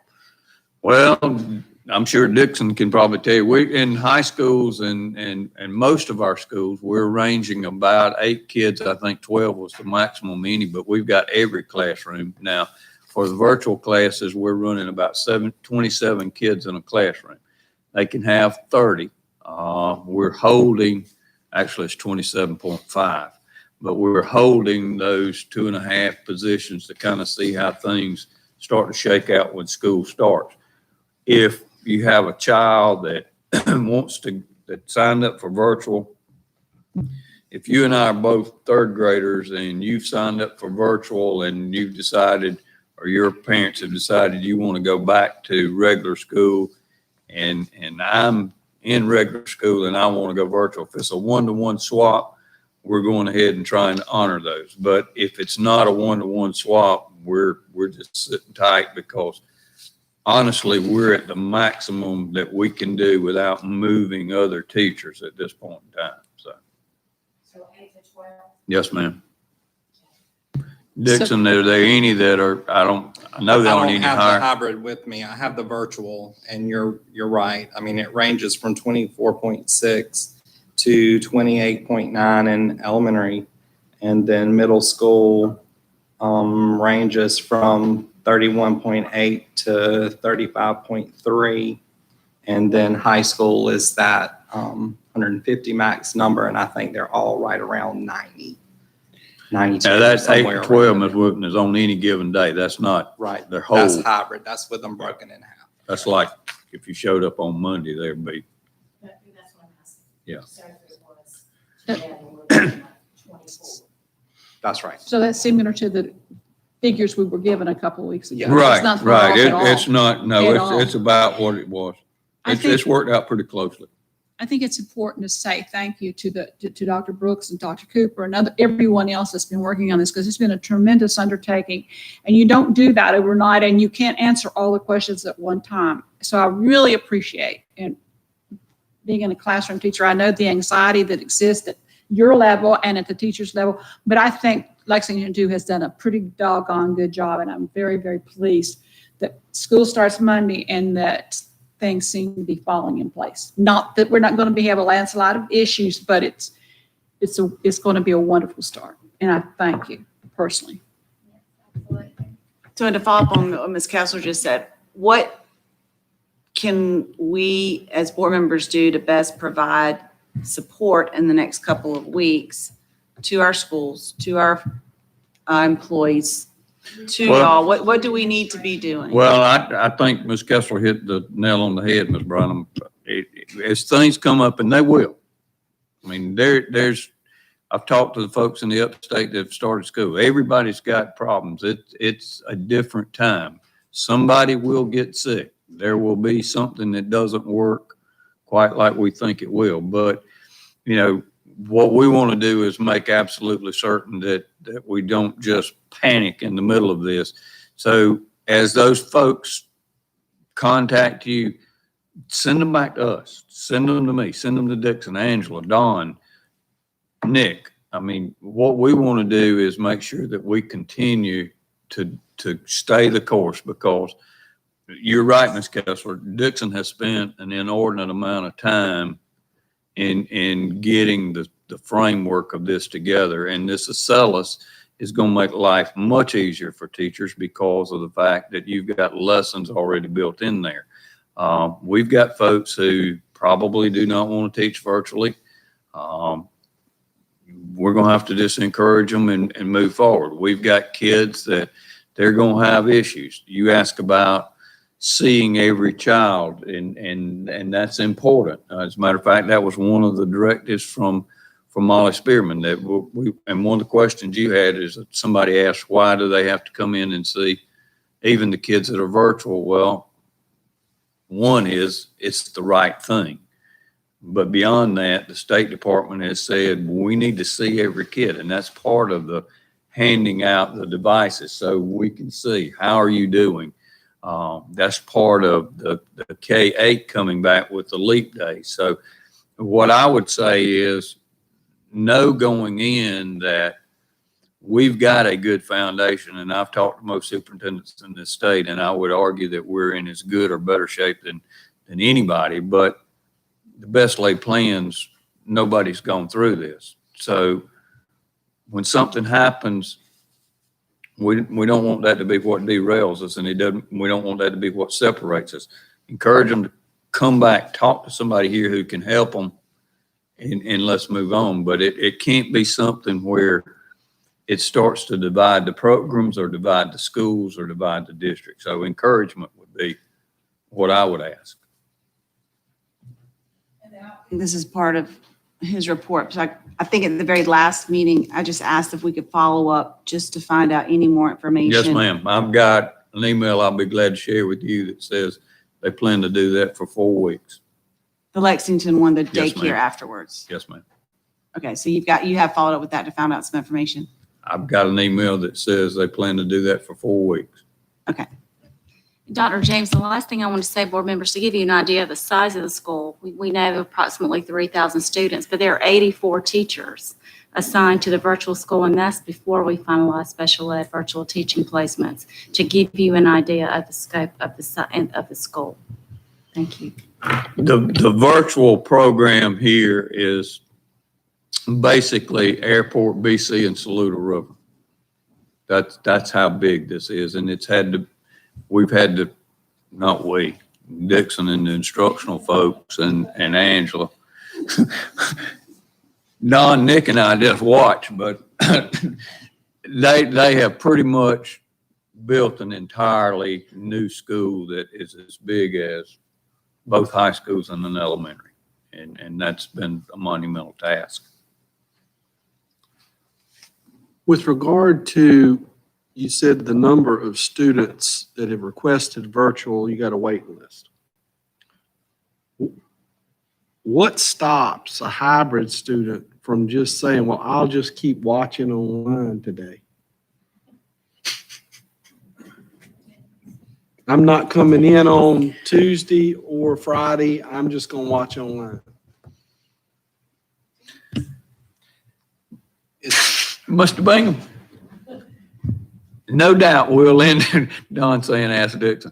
No doubt, since you brought that up, we'll have somebody with that mentality. What we want to do, particularly with the high school level kids, is to try to encourage them to be there, because most of them, and what we've tried to do is look at kids who don't have all of the units that they need to graduate, and those are the kids that we really need to push to be there, schedule around those kinds of things. So, you know, if we have kids who decide to take that route, what we would do is try to encourage them to come back. Now, if they just absolutely won't, we're not going to leave them hanging. I mean, we're going to do whatever we can to teach them however we can, because we don't want to lose them as far as graduation, and we certainly don't want them not to pass. So hopefully it won't be a mass number at one time, and we can work through it individually. But But the point is, by attendance rules, are they counted absent If they aren't watch there, it yeah. from home? Yeah. And if they're hybrid, If they're hybrid and they watch it from home rather than coming to school, they would be counted absent unless they're quarantined. So that's one reason we would end up having to follow up and work that problem out, because the absentee issue would be reflective on the individual school, and it would put the kid into a truancy issue, because one of the things that we're going to have this year that's going to be different than last spring is attendance. I mean, you just passed changing our policy to match the new attendance rules, and then we're going to have, at this point, we think we're going to have end of the year testing, because our understanding is Betsy DeVos has not given us the waiver as of yet. So it's imperative that we keep up with everything going on and making sure the kids come.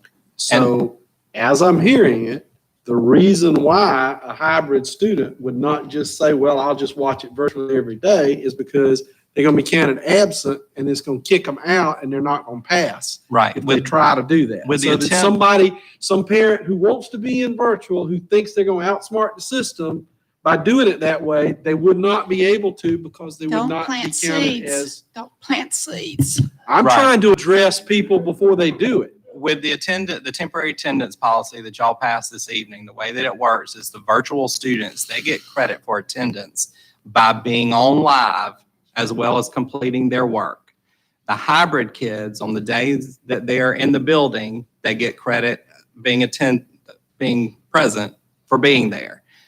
When they're at home, the hybrid piece is the work. The work has to be done on their next in-person class.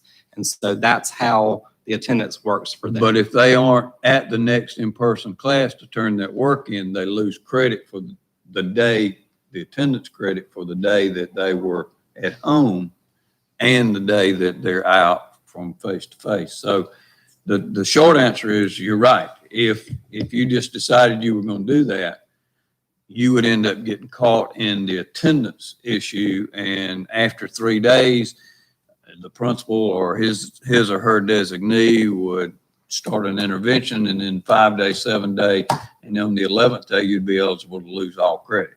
So. Okay. And then you also said we have a waiting list on the virtual. Yes, sir. What we do come September 8th on that waiting list date. We're working on it. Well, Dix and his folks are working on it the best they can, but where we are right now, Mr. Key, is like I said to Ms. Branham, we're pretty much at our equilibrium. We've got teachers in the schools face-to-face, and the classes are balanced. They aren't overloaded. They're split in half, but on Monday or Tuesday, any given day, I can reasonably in my class separate my kids and teach my kids. In the virtual programs, we've got workable numbers of kids. And so at this point, what we're trying to do is just one for one and see who comes and who doesn't. I mean, you've been on the board long enough to know the numbers that Jim gets, we think they're going to be realistic, but somebody won't show up, and then we can start filling in behind them. But what we don't want to do is start pulling more teachers out of classrooms. It's not an overwhelming waiting list, but it's a waiting list now. But again, when you start getting in the middle and high school, you're looking at, for groups of kids, somebody in language arts, somebody in math, somebody in science, somebody in social studies. So it's not just one there. You start talking about groups of 4. So, And I just want to clarify that those that applied by the August 1st deadline are in virtual.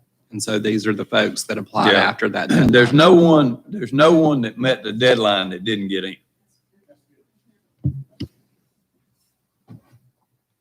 There's been questions about teacher attire due to their, can you just address that?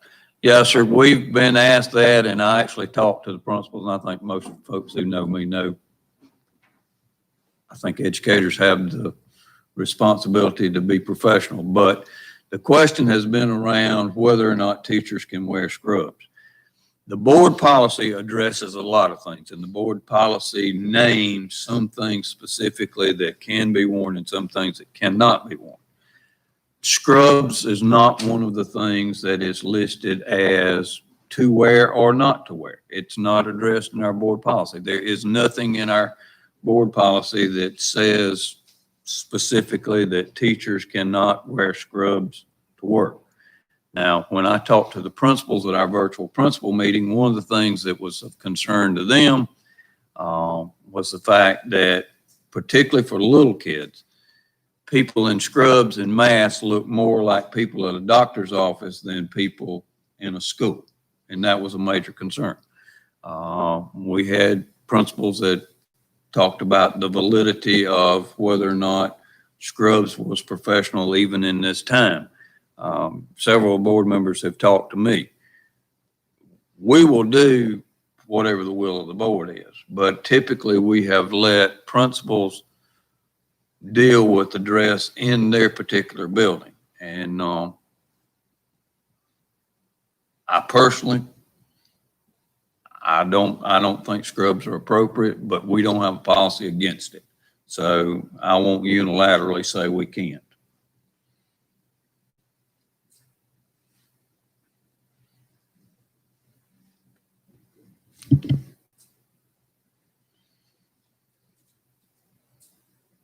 So as we hear it, it's not a board policy that's preventing. No, sir. No, sir. There is no policy whatsoever about scrubs in our district. Our policy is basically the same policy as when I was here 25 years ago. It's exactly the same thing. The only difference is several years ago, we asked the board to approve principals being able to use blue jeans on occasions as incentives, and the board added that in, and that's been an individual school, individual principal kind of thing. So when principal says, we've had a good week, it's Blue Jean Friday, we've just assumed it's Blue Jean Friday. Mr. Bingham, I just think that we're making a lot of temporary policies anyway that have to do particularly with this virus.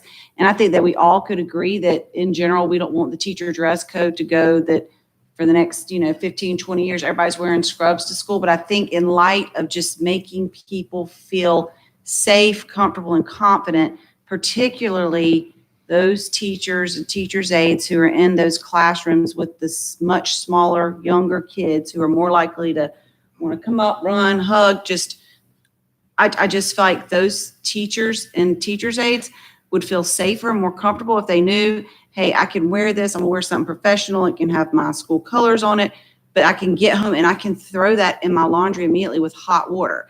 Whereas I can't do that with this nice dress I have on or this nice suit I have on that I'm gonna wear to teach in. I can't go home and throw that in hot water. I don't think it's really the majority of teachers in general who are like saying, yeah, we think we all want to do this. But I think that it's these teachers who are in younger grades.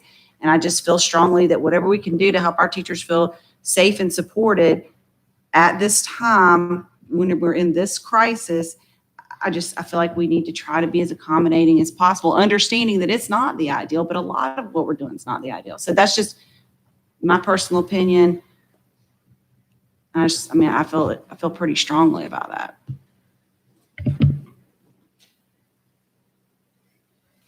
So I hear what you're saying, and I do want, teachers to feel safe. I want them to feel like it, as they get home, they, want to get that off, get it in the wash, hot water, that kind of thing. I do think it's important for the principals to have, I guess, the final say for their school, because they know their situations, they know their kids, and they know their teachers.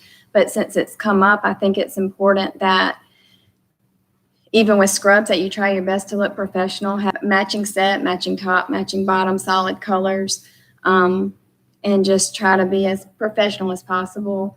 So that's just what I wanted to add to that. Did you say colors? When you mentioned the colors, are we talking, I know we're not going to talk about a policy. Are we talking about a temporary policy? I think we're just, well, they said that it wasn't yeah. I mean, if we do that, then if I heard colors that you just couldn't wear whatever, purple or yellow, or if you go back to your school colors, then we get into, I think we're getting into. No, I think just, what I was saying was solid colors and matching top and bottom. So we don't have all of these, still can look professional, as much as it can during this time. So that's all I was saying, like solid colors, matching top, bottom. If a teacher, wants to wear scrubs and their principal is okay with their staff wearing scrubs. That's what I was saying.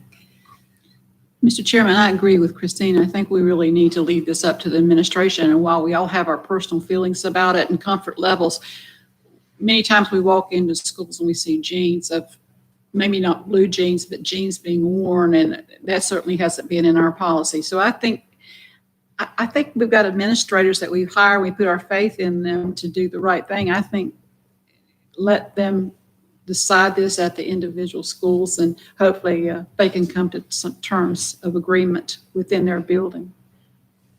I just hate to see the board get in and dictate anything like this. That would if we can allow the administration to handle it. I agree with you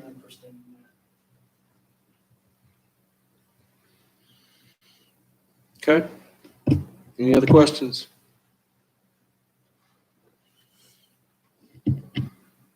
All right, let's move to the monthly financial reports. Mr. Chairman, members of the board, Dr. James, in your board books coming through on taxes, because you never know. I mean, you could have a good year of collections, and we had a good year last year of collections. And that's where the extra came in.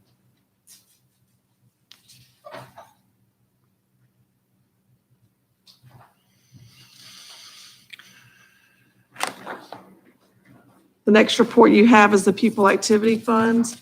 One thing I want to make note of, there's been some change in accounting policy. Daycare funds are now considered special revenue funds.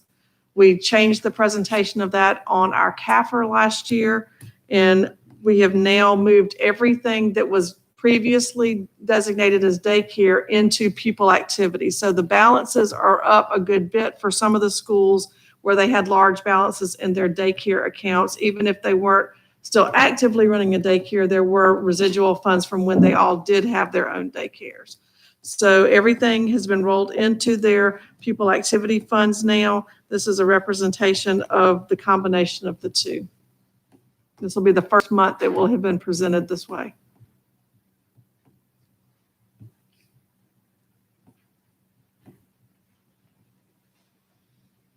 I do not have a capital report in here. We are still finalizing some numbers for year end. I will have that for you. I can get it to you before the September board meeting if you want me to do it before then, but we will definitely have a report for you at the September board meeting. Are there any questions on any of the financial reports?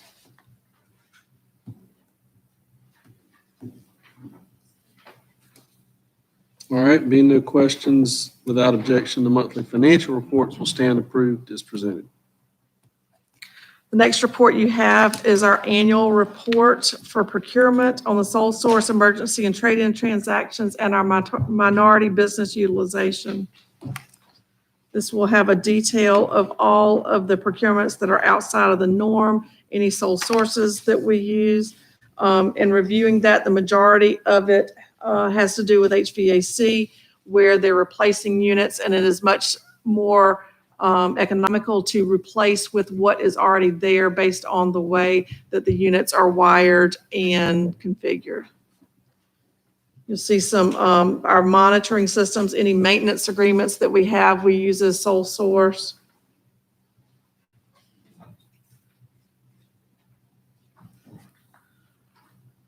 Some emergency procurements that we had, most of these happened during the time when we were closed or on limited hours in the office due to the COVID closure. So we did use emergency procurements during that time. We had no trade-ins. Our minority business utilization didn't quite make our goal, but we are still and always will work to reach the goal that was set, which is 10% of controllable dollars. That's roughly half. Is that typical or what? It is. Okay. I can tell you, I've seen a preliminary report from our auditors on our procurement audit for this past fiscal year. Everything looks really good so far. I think we're final. There are no findings in that. So they have finished the procurement audit for the fiscal year 1920 fiscal year, and everything is clean.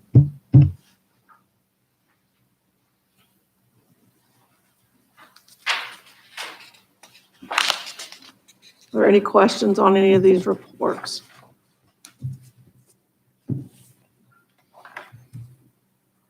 No question? Okay, thank you. Thank you.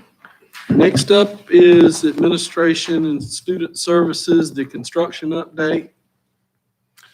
Mr. Chair, members of the board, Dr. James, you have in your board packet the construction update.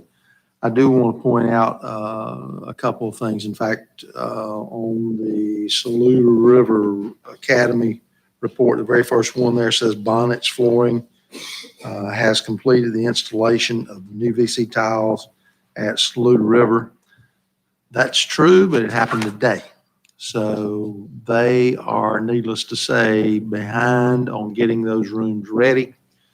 It happens just about every year. We're actually finishing, a lot of times we're through, most of the time we're through with classrooms by this time, but a lot of times we're still in the hallways waxing and things like that.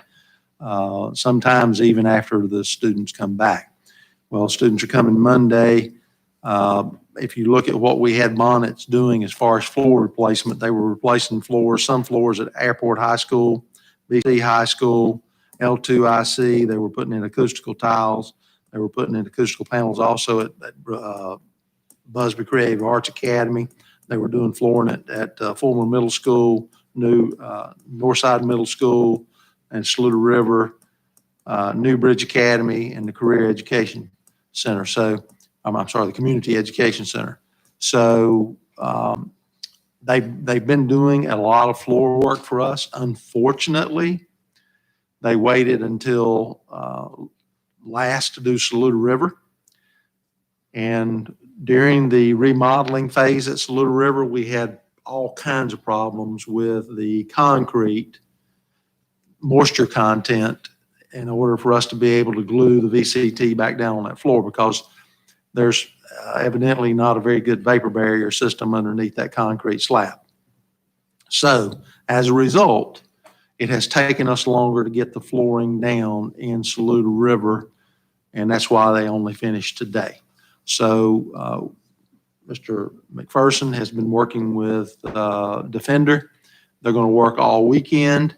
They are going to have that facility ready to go on Monday when the students get there. So my apologies for not totally being inaccurate on that one item in the report, but that one kind of slipped by, and I probably should have been on top of that. I actually saw it 2 weeks ago that they were running into problems and should have followed up on it, and I didn't. But I'll be happy to answer any questions you might have about any other items. It's really kind of getting down to we're finishing most of it. Discuss. I've already commented to individuals about the looks of the logos on the back of the baseball and softball facility scoreboard. That looks so good. We passed it many times since then, and it just looks great for that school. Thanks for the invitation to go back through the ROTC and to those things, because there's a lot of facilities that I have not seen the renovations on, and I sure would like to get that opportunity. And with no open houses, I'd assume we're not going to have open house anywhere. So I won't get a chance. That would be great. Another question I would like is that Brooklyn KCN at Airport, you're going to be redoing, repainting the stairs and the doors to the in the softball areas. When they were painted before, they weren't sandblasted. I assume since the charge and the cost is the way it is, that will be sandblasted. It's hard to sandblast those real thin doors, but what Power blasting doesn't work. The stairs will be sandblasted. Okay. The doors themselves are fairly good shape. We will sandblast the doors at DC and Airport. The steps is what concerned me. I'm glad to hear that, because I think they tried to powder blast and it just didn't work. Thank you. So that's sandblasted. A really good system on there that's going to last a long time, not cheap. Thank you. Mr. Chairman, Yes. I think this is kind of under construction, but buildings for the two of you. Are we able to get all the stuff we need, cleaning supplies wise and all of that with and through Defender or whatever, to have our schools ready to roll? And then once we have kids and teachers there, have them be able to clean and wipe down like we need to? Are we getting our masks in? Just kind of an update on our PPE and our cleaning. Okay. That's been a team effort. Marty has been handling the masks, and Defender has been ordering, like, for instance, our fogging machines. They came in last week or this week? No, they came in today. Okay. And the hand sanitizer sanitizer dispensers came in today. Marty's kind of handling the PPE side of it. We are pulling all that together and getting the people and the product and everything and getting it out. And it's like Dr. Dixon's doing, it's fluid in motion, but it's moving in a very positive way. We also work with Defender. Defender is providing disinfectant and paper towels for every classroom in the district that will be refilled as needed. We got in a little over 10,000 reusable adult masks from the state. Those are being sent out to schools as we speak. The shields are going out tomorrow. The face shields for the schools that, based on what they requested. Child disposable masks have gone to transportation so that they'll have them on the buses next week. The adult masks and the gowns for the nurses are going out tomorrow and Monday.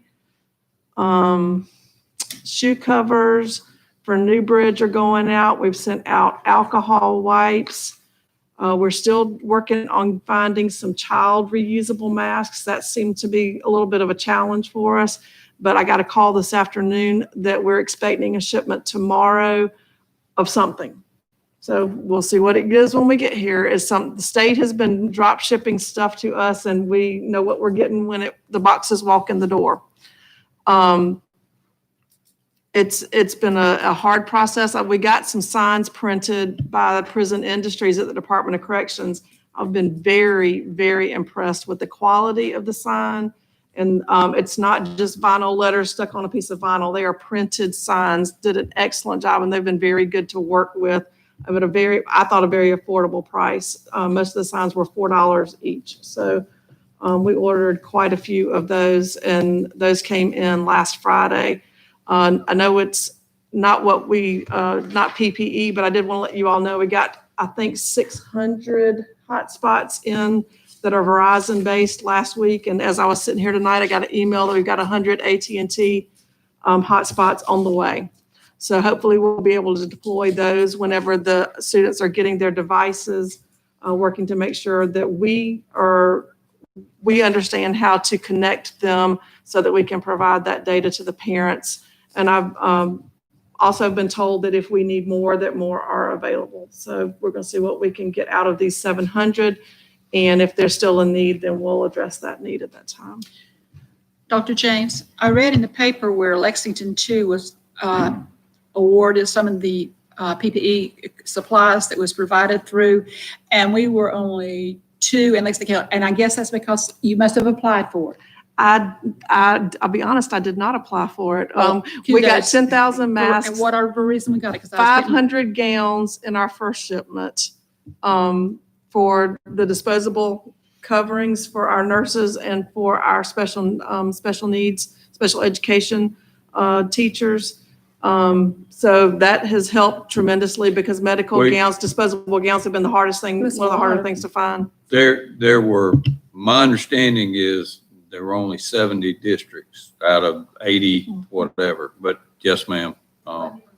The State Department originally wasn't sure that they were going to be able to pay the entire cost. As it turned out, it was free. So they called everything we get from them that's free. We're glad to get it. They called and wanted to include us in a bid that they were doing, but couldn't tell us what they were buying, and they couldn't tell us what the prices were. So when Dr. James says you've got some stuff on the way, I thought, oh my goodness, I didn't order anything, but everything has been free. 10,000 masks and the 500 gowns. It's been awesome. Mr. Chairman, can I just ask Dawn, if we can somehow, because like when I hear this makes me feel very safe and happy and okay, we're ready to roll. Parents out there are just, they're nervous, and even our staff, everybody's just nervous, and they sometimes don't hear those things. And those are celebrations. I mean, I think that's great. I don't care if it's a bullet point that's on the cover page of our district website or put it on each school, but hey, we got this many gowns, this many masks. We got the misting machines. Mr. Would that not McPherson's go in greatness. your update, the weekly update? Whatever we could put a link to, you know what I'm saying? Because Dr. James, that's great news. I mean, and we need to make sure that we're highlighting that, because anytime we put that out, then all of a sudden that fear everybody's just feeling right now just kind of starts to make everybody be able to breathe. Because I think we know you're doing it. We just want to, I mean, that's great. Let's Can put I it out just there. interject something here? Dawn, could you speak? Yeah. We are doing that and we can always do more. Would you Yeah. speak to that, please? And I actually just started this week a back to school piece for parents that has this, like the stuff we talked about with face masks, like some of these temporary policies, like some of these safety measures. So I was putting that together, and that will be something that we can use. We actually have a couple of threads going. We talked about Dr. James' weekly updates, and that's kind of where we have been putting some of that stuff, and then we'll put that out on social media. We have some of it in our return to schools plan, but that's why we kind of need to pull all that into a central piece for the most, the high interest things. So exactly what you're saying. Thanks, Sonia. Yeah, and you've been doing a good job pushing stuff out. Okay, next is enrollment update, limited school choice update.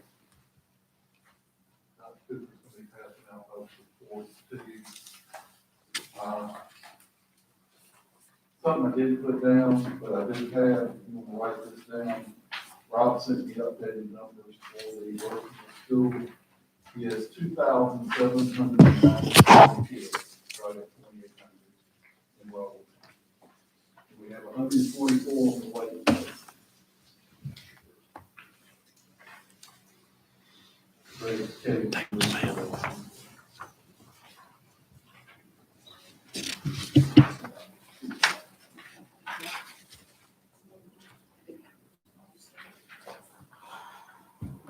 For the enrollment update, you're looking at the yellow and the green, the yellow August 20th. These numbers came in the last 2 days, so they're pretty current. Casey Elementary made a tremendous jump in there, right where we expected them to be. The kindergarten's a little heavy there, but, and they're almost at they're moving up to be their quota on the 4K as well too. You see the other. You can subtract the virtual school students out, and you can see per grade level what we'll have in the hybrid model. If you divide that in half, that's what we'll see coming. It's not going to be exactly 50%. Sorry. You take that down too. If you look at Congaree Elementary, they went down a little bit, but we're having withdrawals come in now. And we'll have even more withdrawals next week because the other school districts started. But our numbers there, we'll keep monitoring them and see. We know we have more people trying to enroll right now. Riverbank is right where it needs to be. I talked to Mr. Sims by email today, and he said he's good with his hybrid kids having, kids in each day to be able to social distance them. Saluda River is about where they were last time. The kindergarten's a little low, but it was the week before school started last year when they gained about 35 kindergartners that we weren't expecting that week before, so I'm not that worried about them. Springdale is a little down, but I think their enrollments will come up. And you can see their virtual school there, what they'll be having during the hybrid. Wood Elementary School is right where they need to be. Their K-5 and their first grades, always their big numbers, and they're right where we expected them to be at this time. And again, you can see the virtual and what will be during the hybrid. Middle school, Busby's right on the nose with their numbers.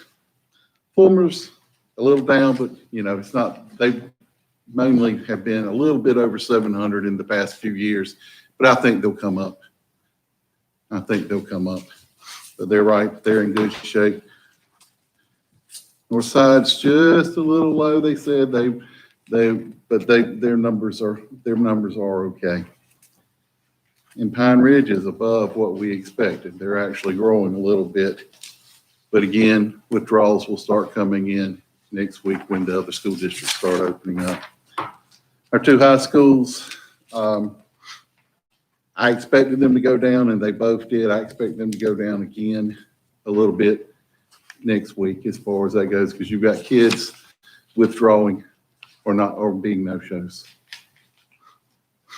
So we're expecting 315 at airport and we're expecting about 1010 at BC. And they're moving in that direction. And here's the first time that I've done this one. Here is our total enrollment, the last sheet. The less CD4 on the right side, 8637, 86 is what we base our budget on. So for 1 week, we got that right, okay? I hope it's right in the future. I'll take any questions about the enrollments at this time. Mr. Hinton, would you, I guess, enlighten me, but when you talk about you said you're expecting withdrawals. You said other districts are opening up. What? We have a very transient population in some areas, and people wait till the schools open up to go register. So we'll be getting new kids right before we open up, but we'll also be losing kids to other school districts. They move all the time. So it's a pattern, and it's something that I keep up with, and I've been doing it for the last 14 years. So I go back and look at my numbers and how they do, and other environmental type things and economy things and things like that. It's served me okay so far. Okay, thank you. All right, thank you, Mr. Hinton. That The brings next one us- is the limited school choice Okay. program. I always do a different format. You guys have seemed to like this one the best. It's individual schools. Above the black line is employee choice. And they're either out of district employee choice or in district employee choice, okay? If you see continuing, it means they didn't count, they didn't increase the school's enrollment. Those are kids that we knew were, because we make employees resubmit an application every year. If they say new, it actually added to the enrollment. So you can see Casey and you can see Congaree. Turn the next page, you see Saluda River. Then Riverbank.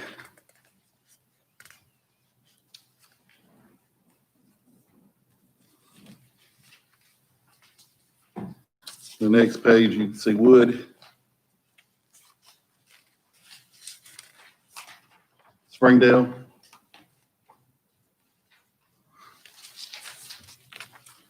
Busby. And Pine Ridge. Then at Fulmer. And Airport in BC.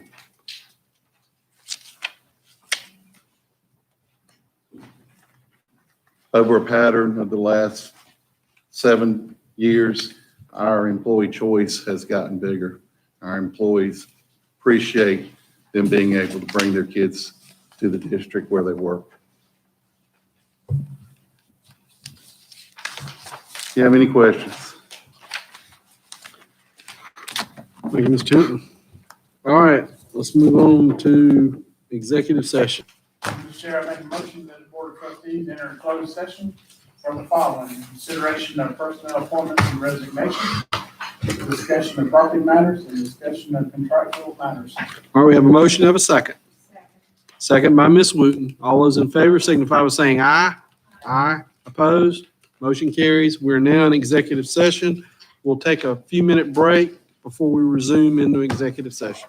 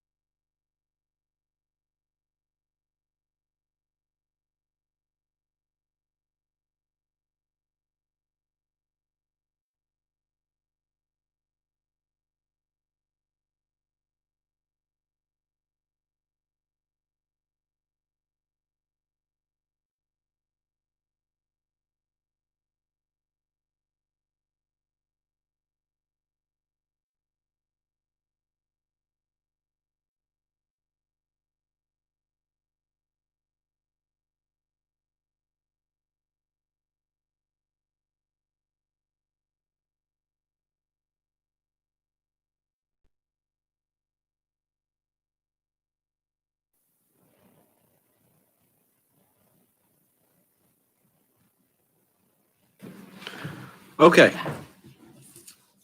We'll make a motion. Mr. Chair, I make a motion that the meeting be reconvened in open session and the appropriate affidavit executed. You have a motion, you have a second. Second by Ms. Wooten. All those in favor signify by saying aye. Aye. Aye. Opposed? Motion carries. We are now out of executive session. As a result of discussions in executive session, are there any motions? Mr. Chair, I make a motion to approve all personnel appointments and resignations. We have a motion. Do I have a second? Second by Ms. Wooten. Any discussion? Being none, all those in favor signify by saying aye. Aye. Opposed? Motion carries. Announcements, the virtual school law conference is coming up tomorrow and Saturday, I guess. The next regular meeting will be on September 17th. We're going to have a special workshop on October the 6th. So make sure to mark that down. The other thing I will mention that you need to be thinking about, because I got a letter from the School Boards Association for the conference coming up in December. We'll have to appoint 3 delegates. So I think we've got till our next meeting, but we'll need to think about appointing the delegates for the December meeting. And we'll probably have to do delegates and alternates, especially since we've got people on ballots. So be thinking about that. We'll do that the next meeting, but we will have to do it. Okay, with that, got a motion to adjourn. We got a second. All those in favor say aye. Aye. We are done.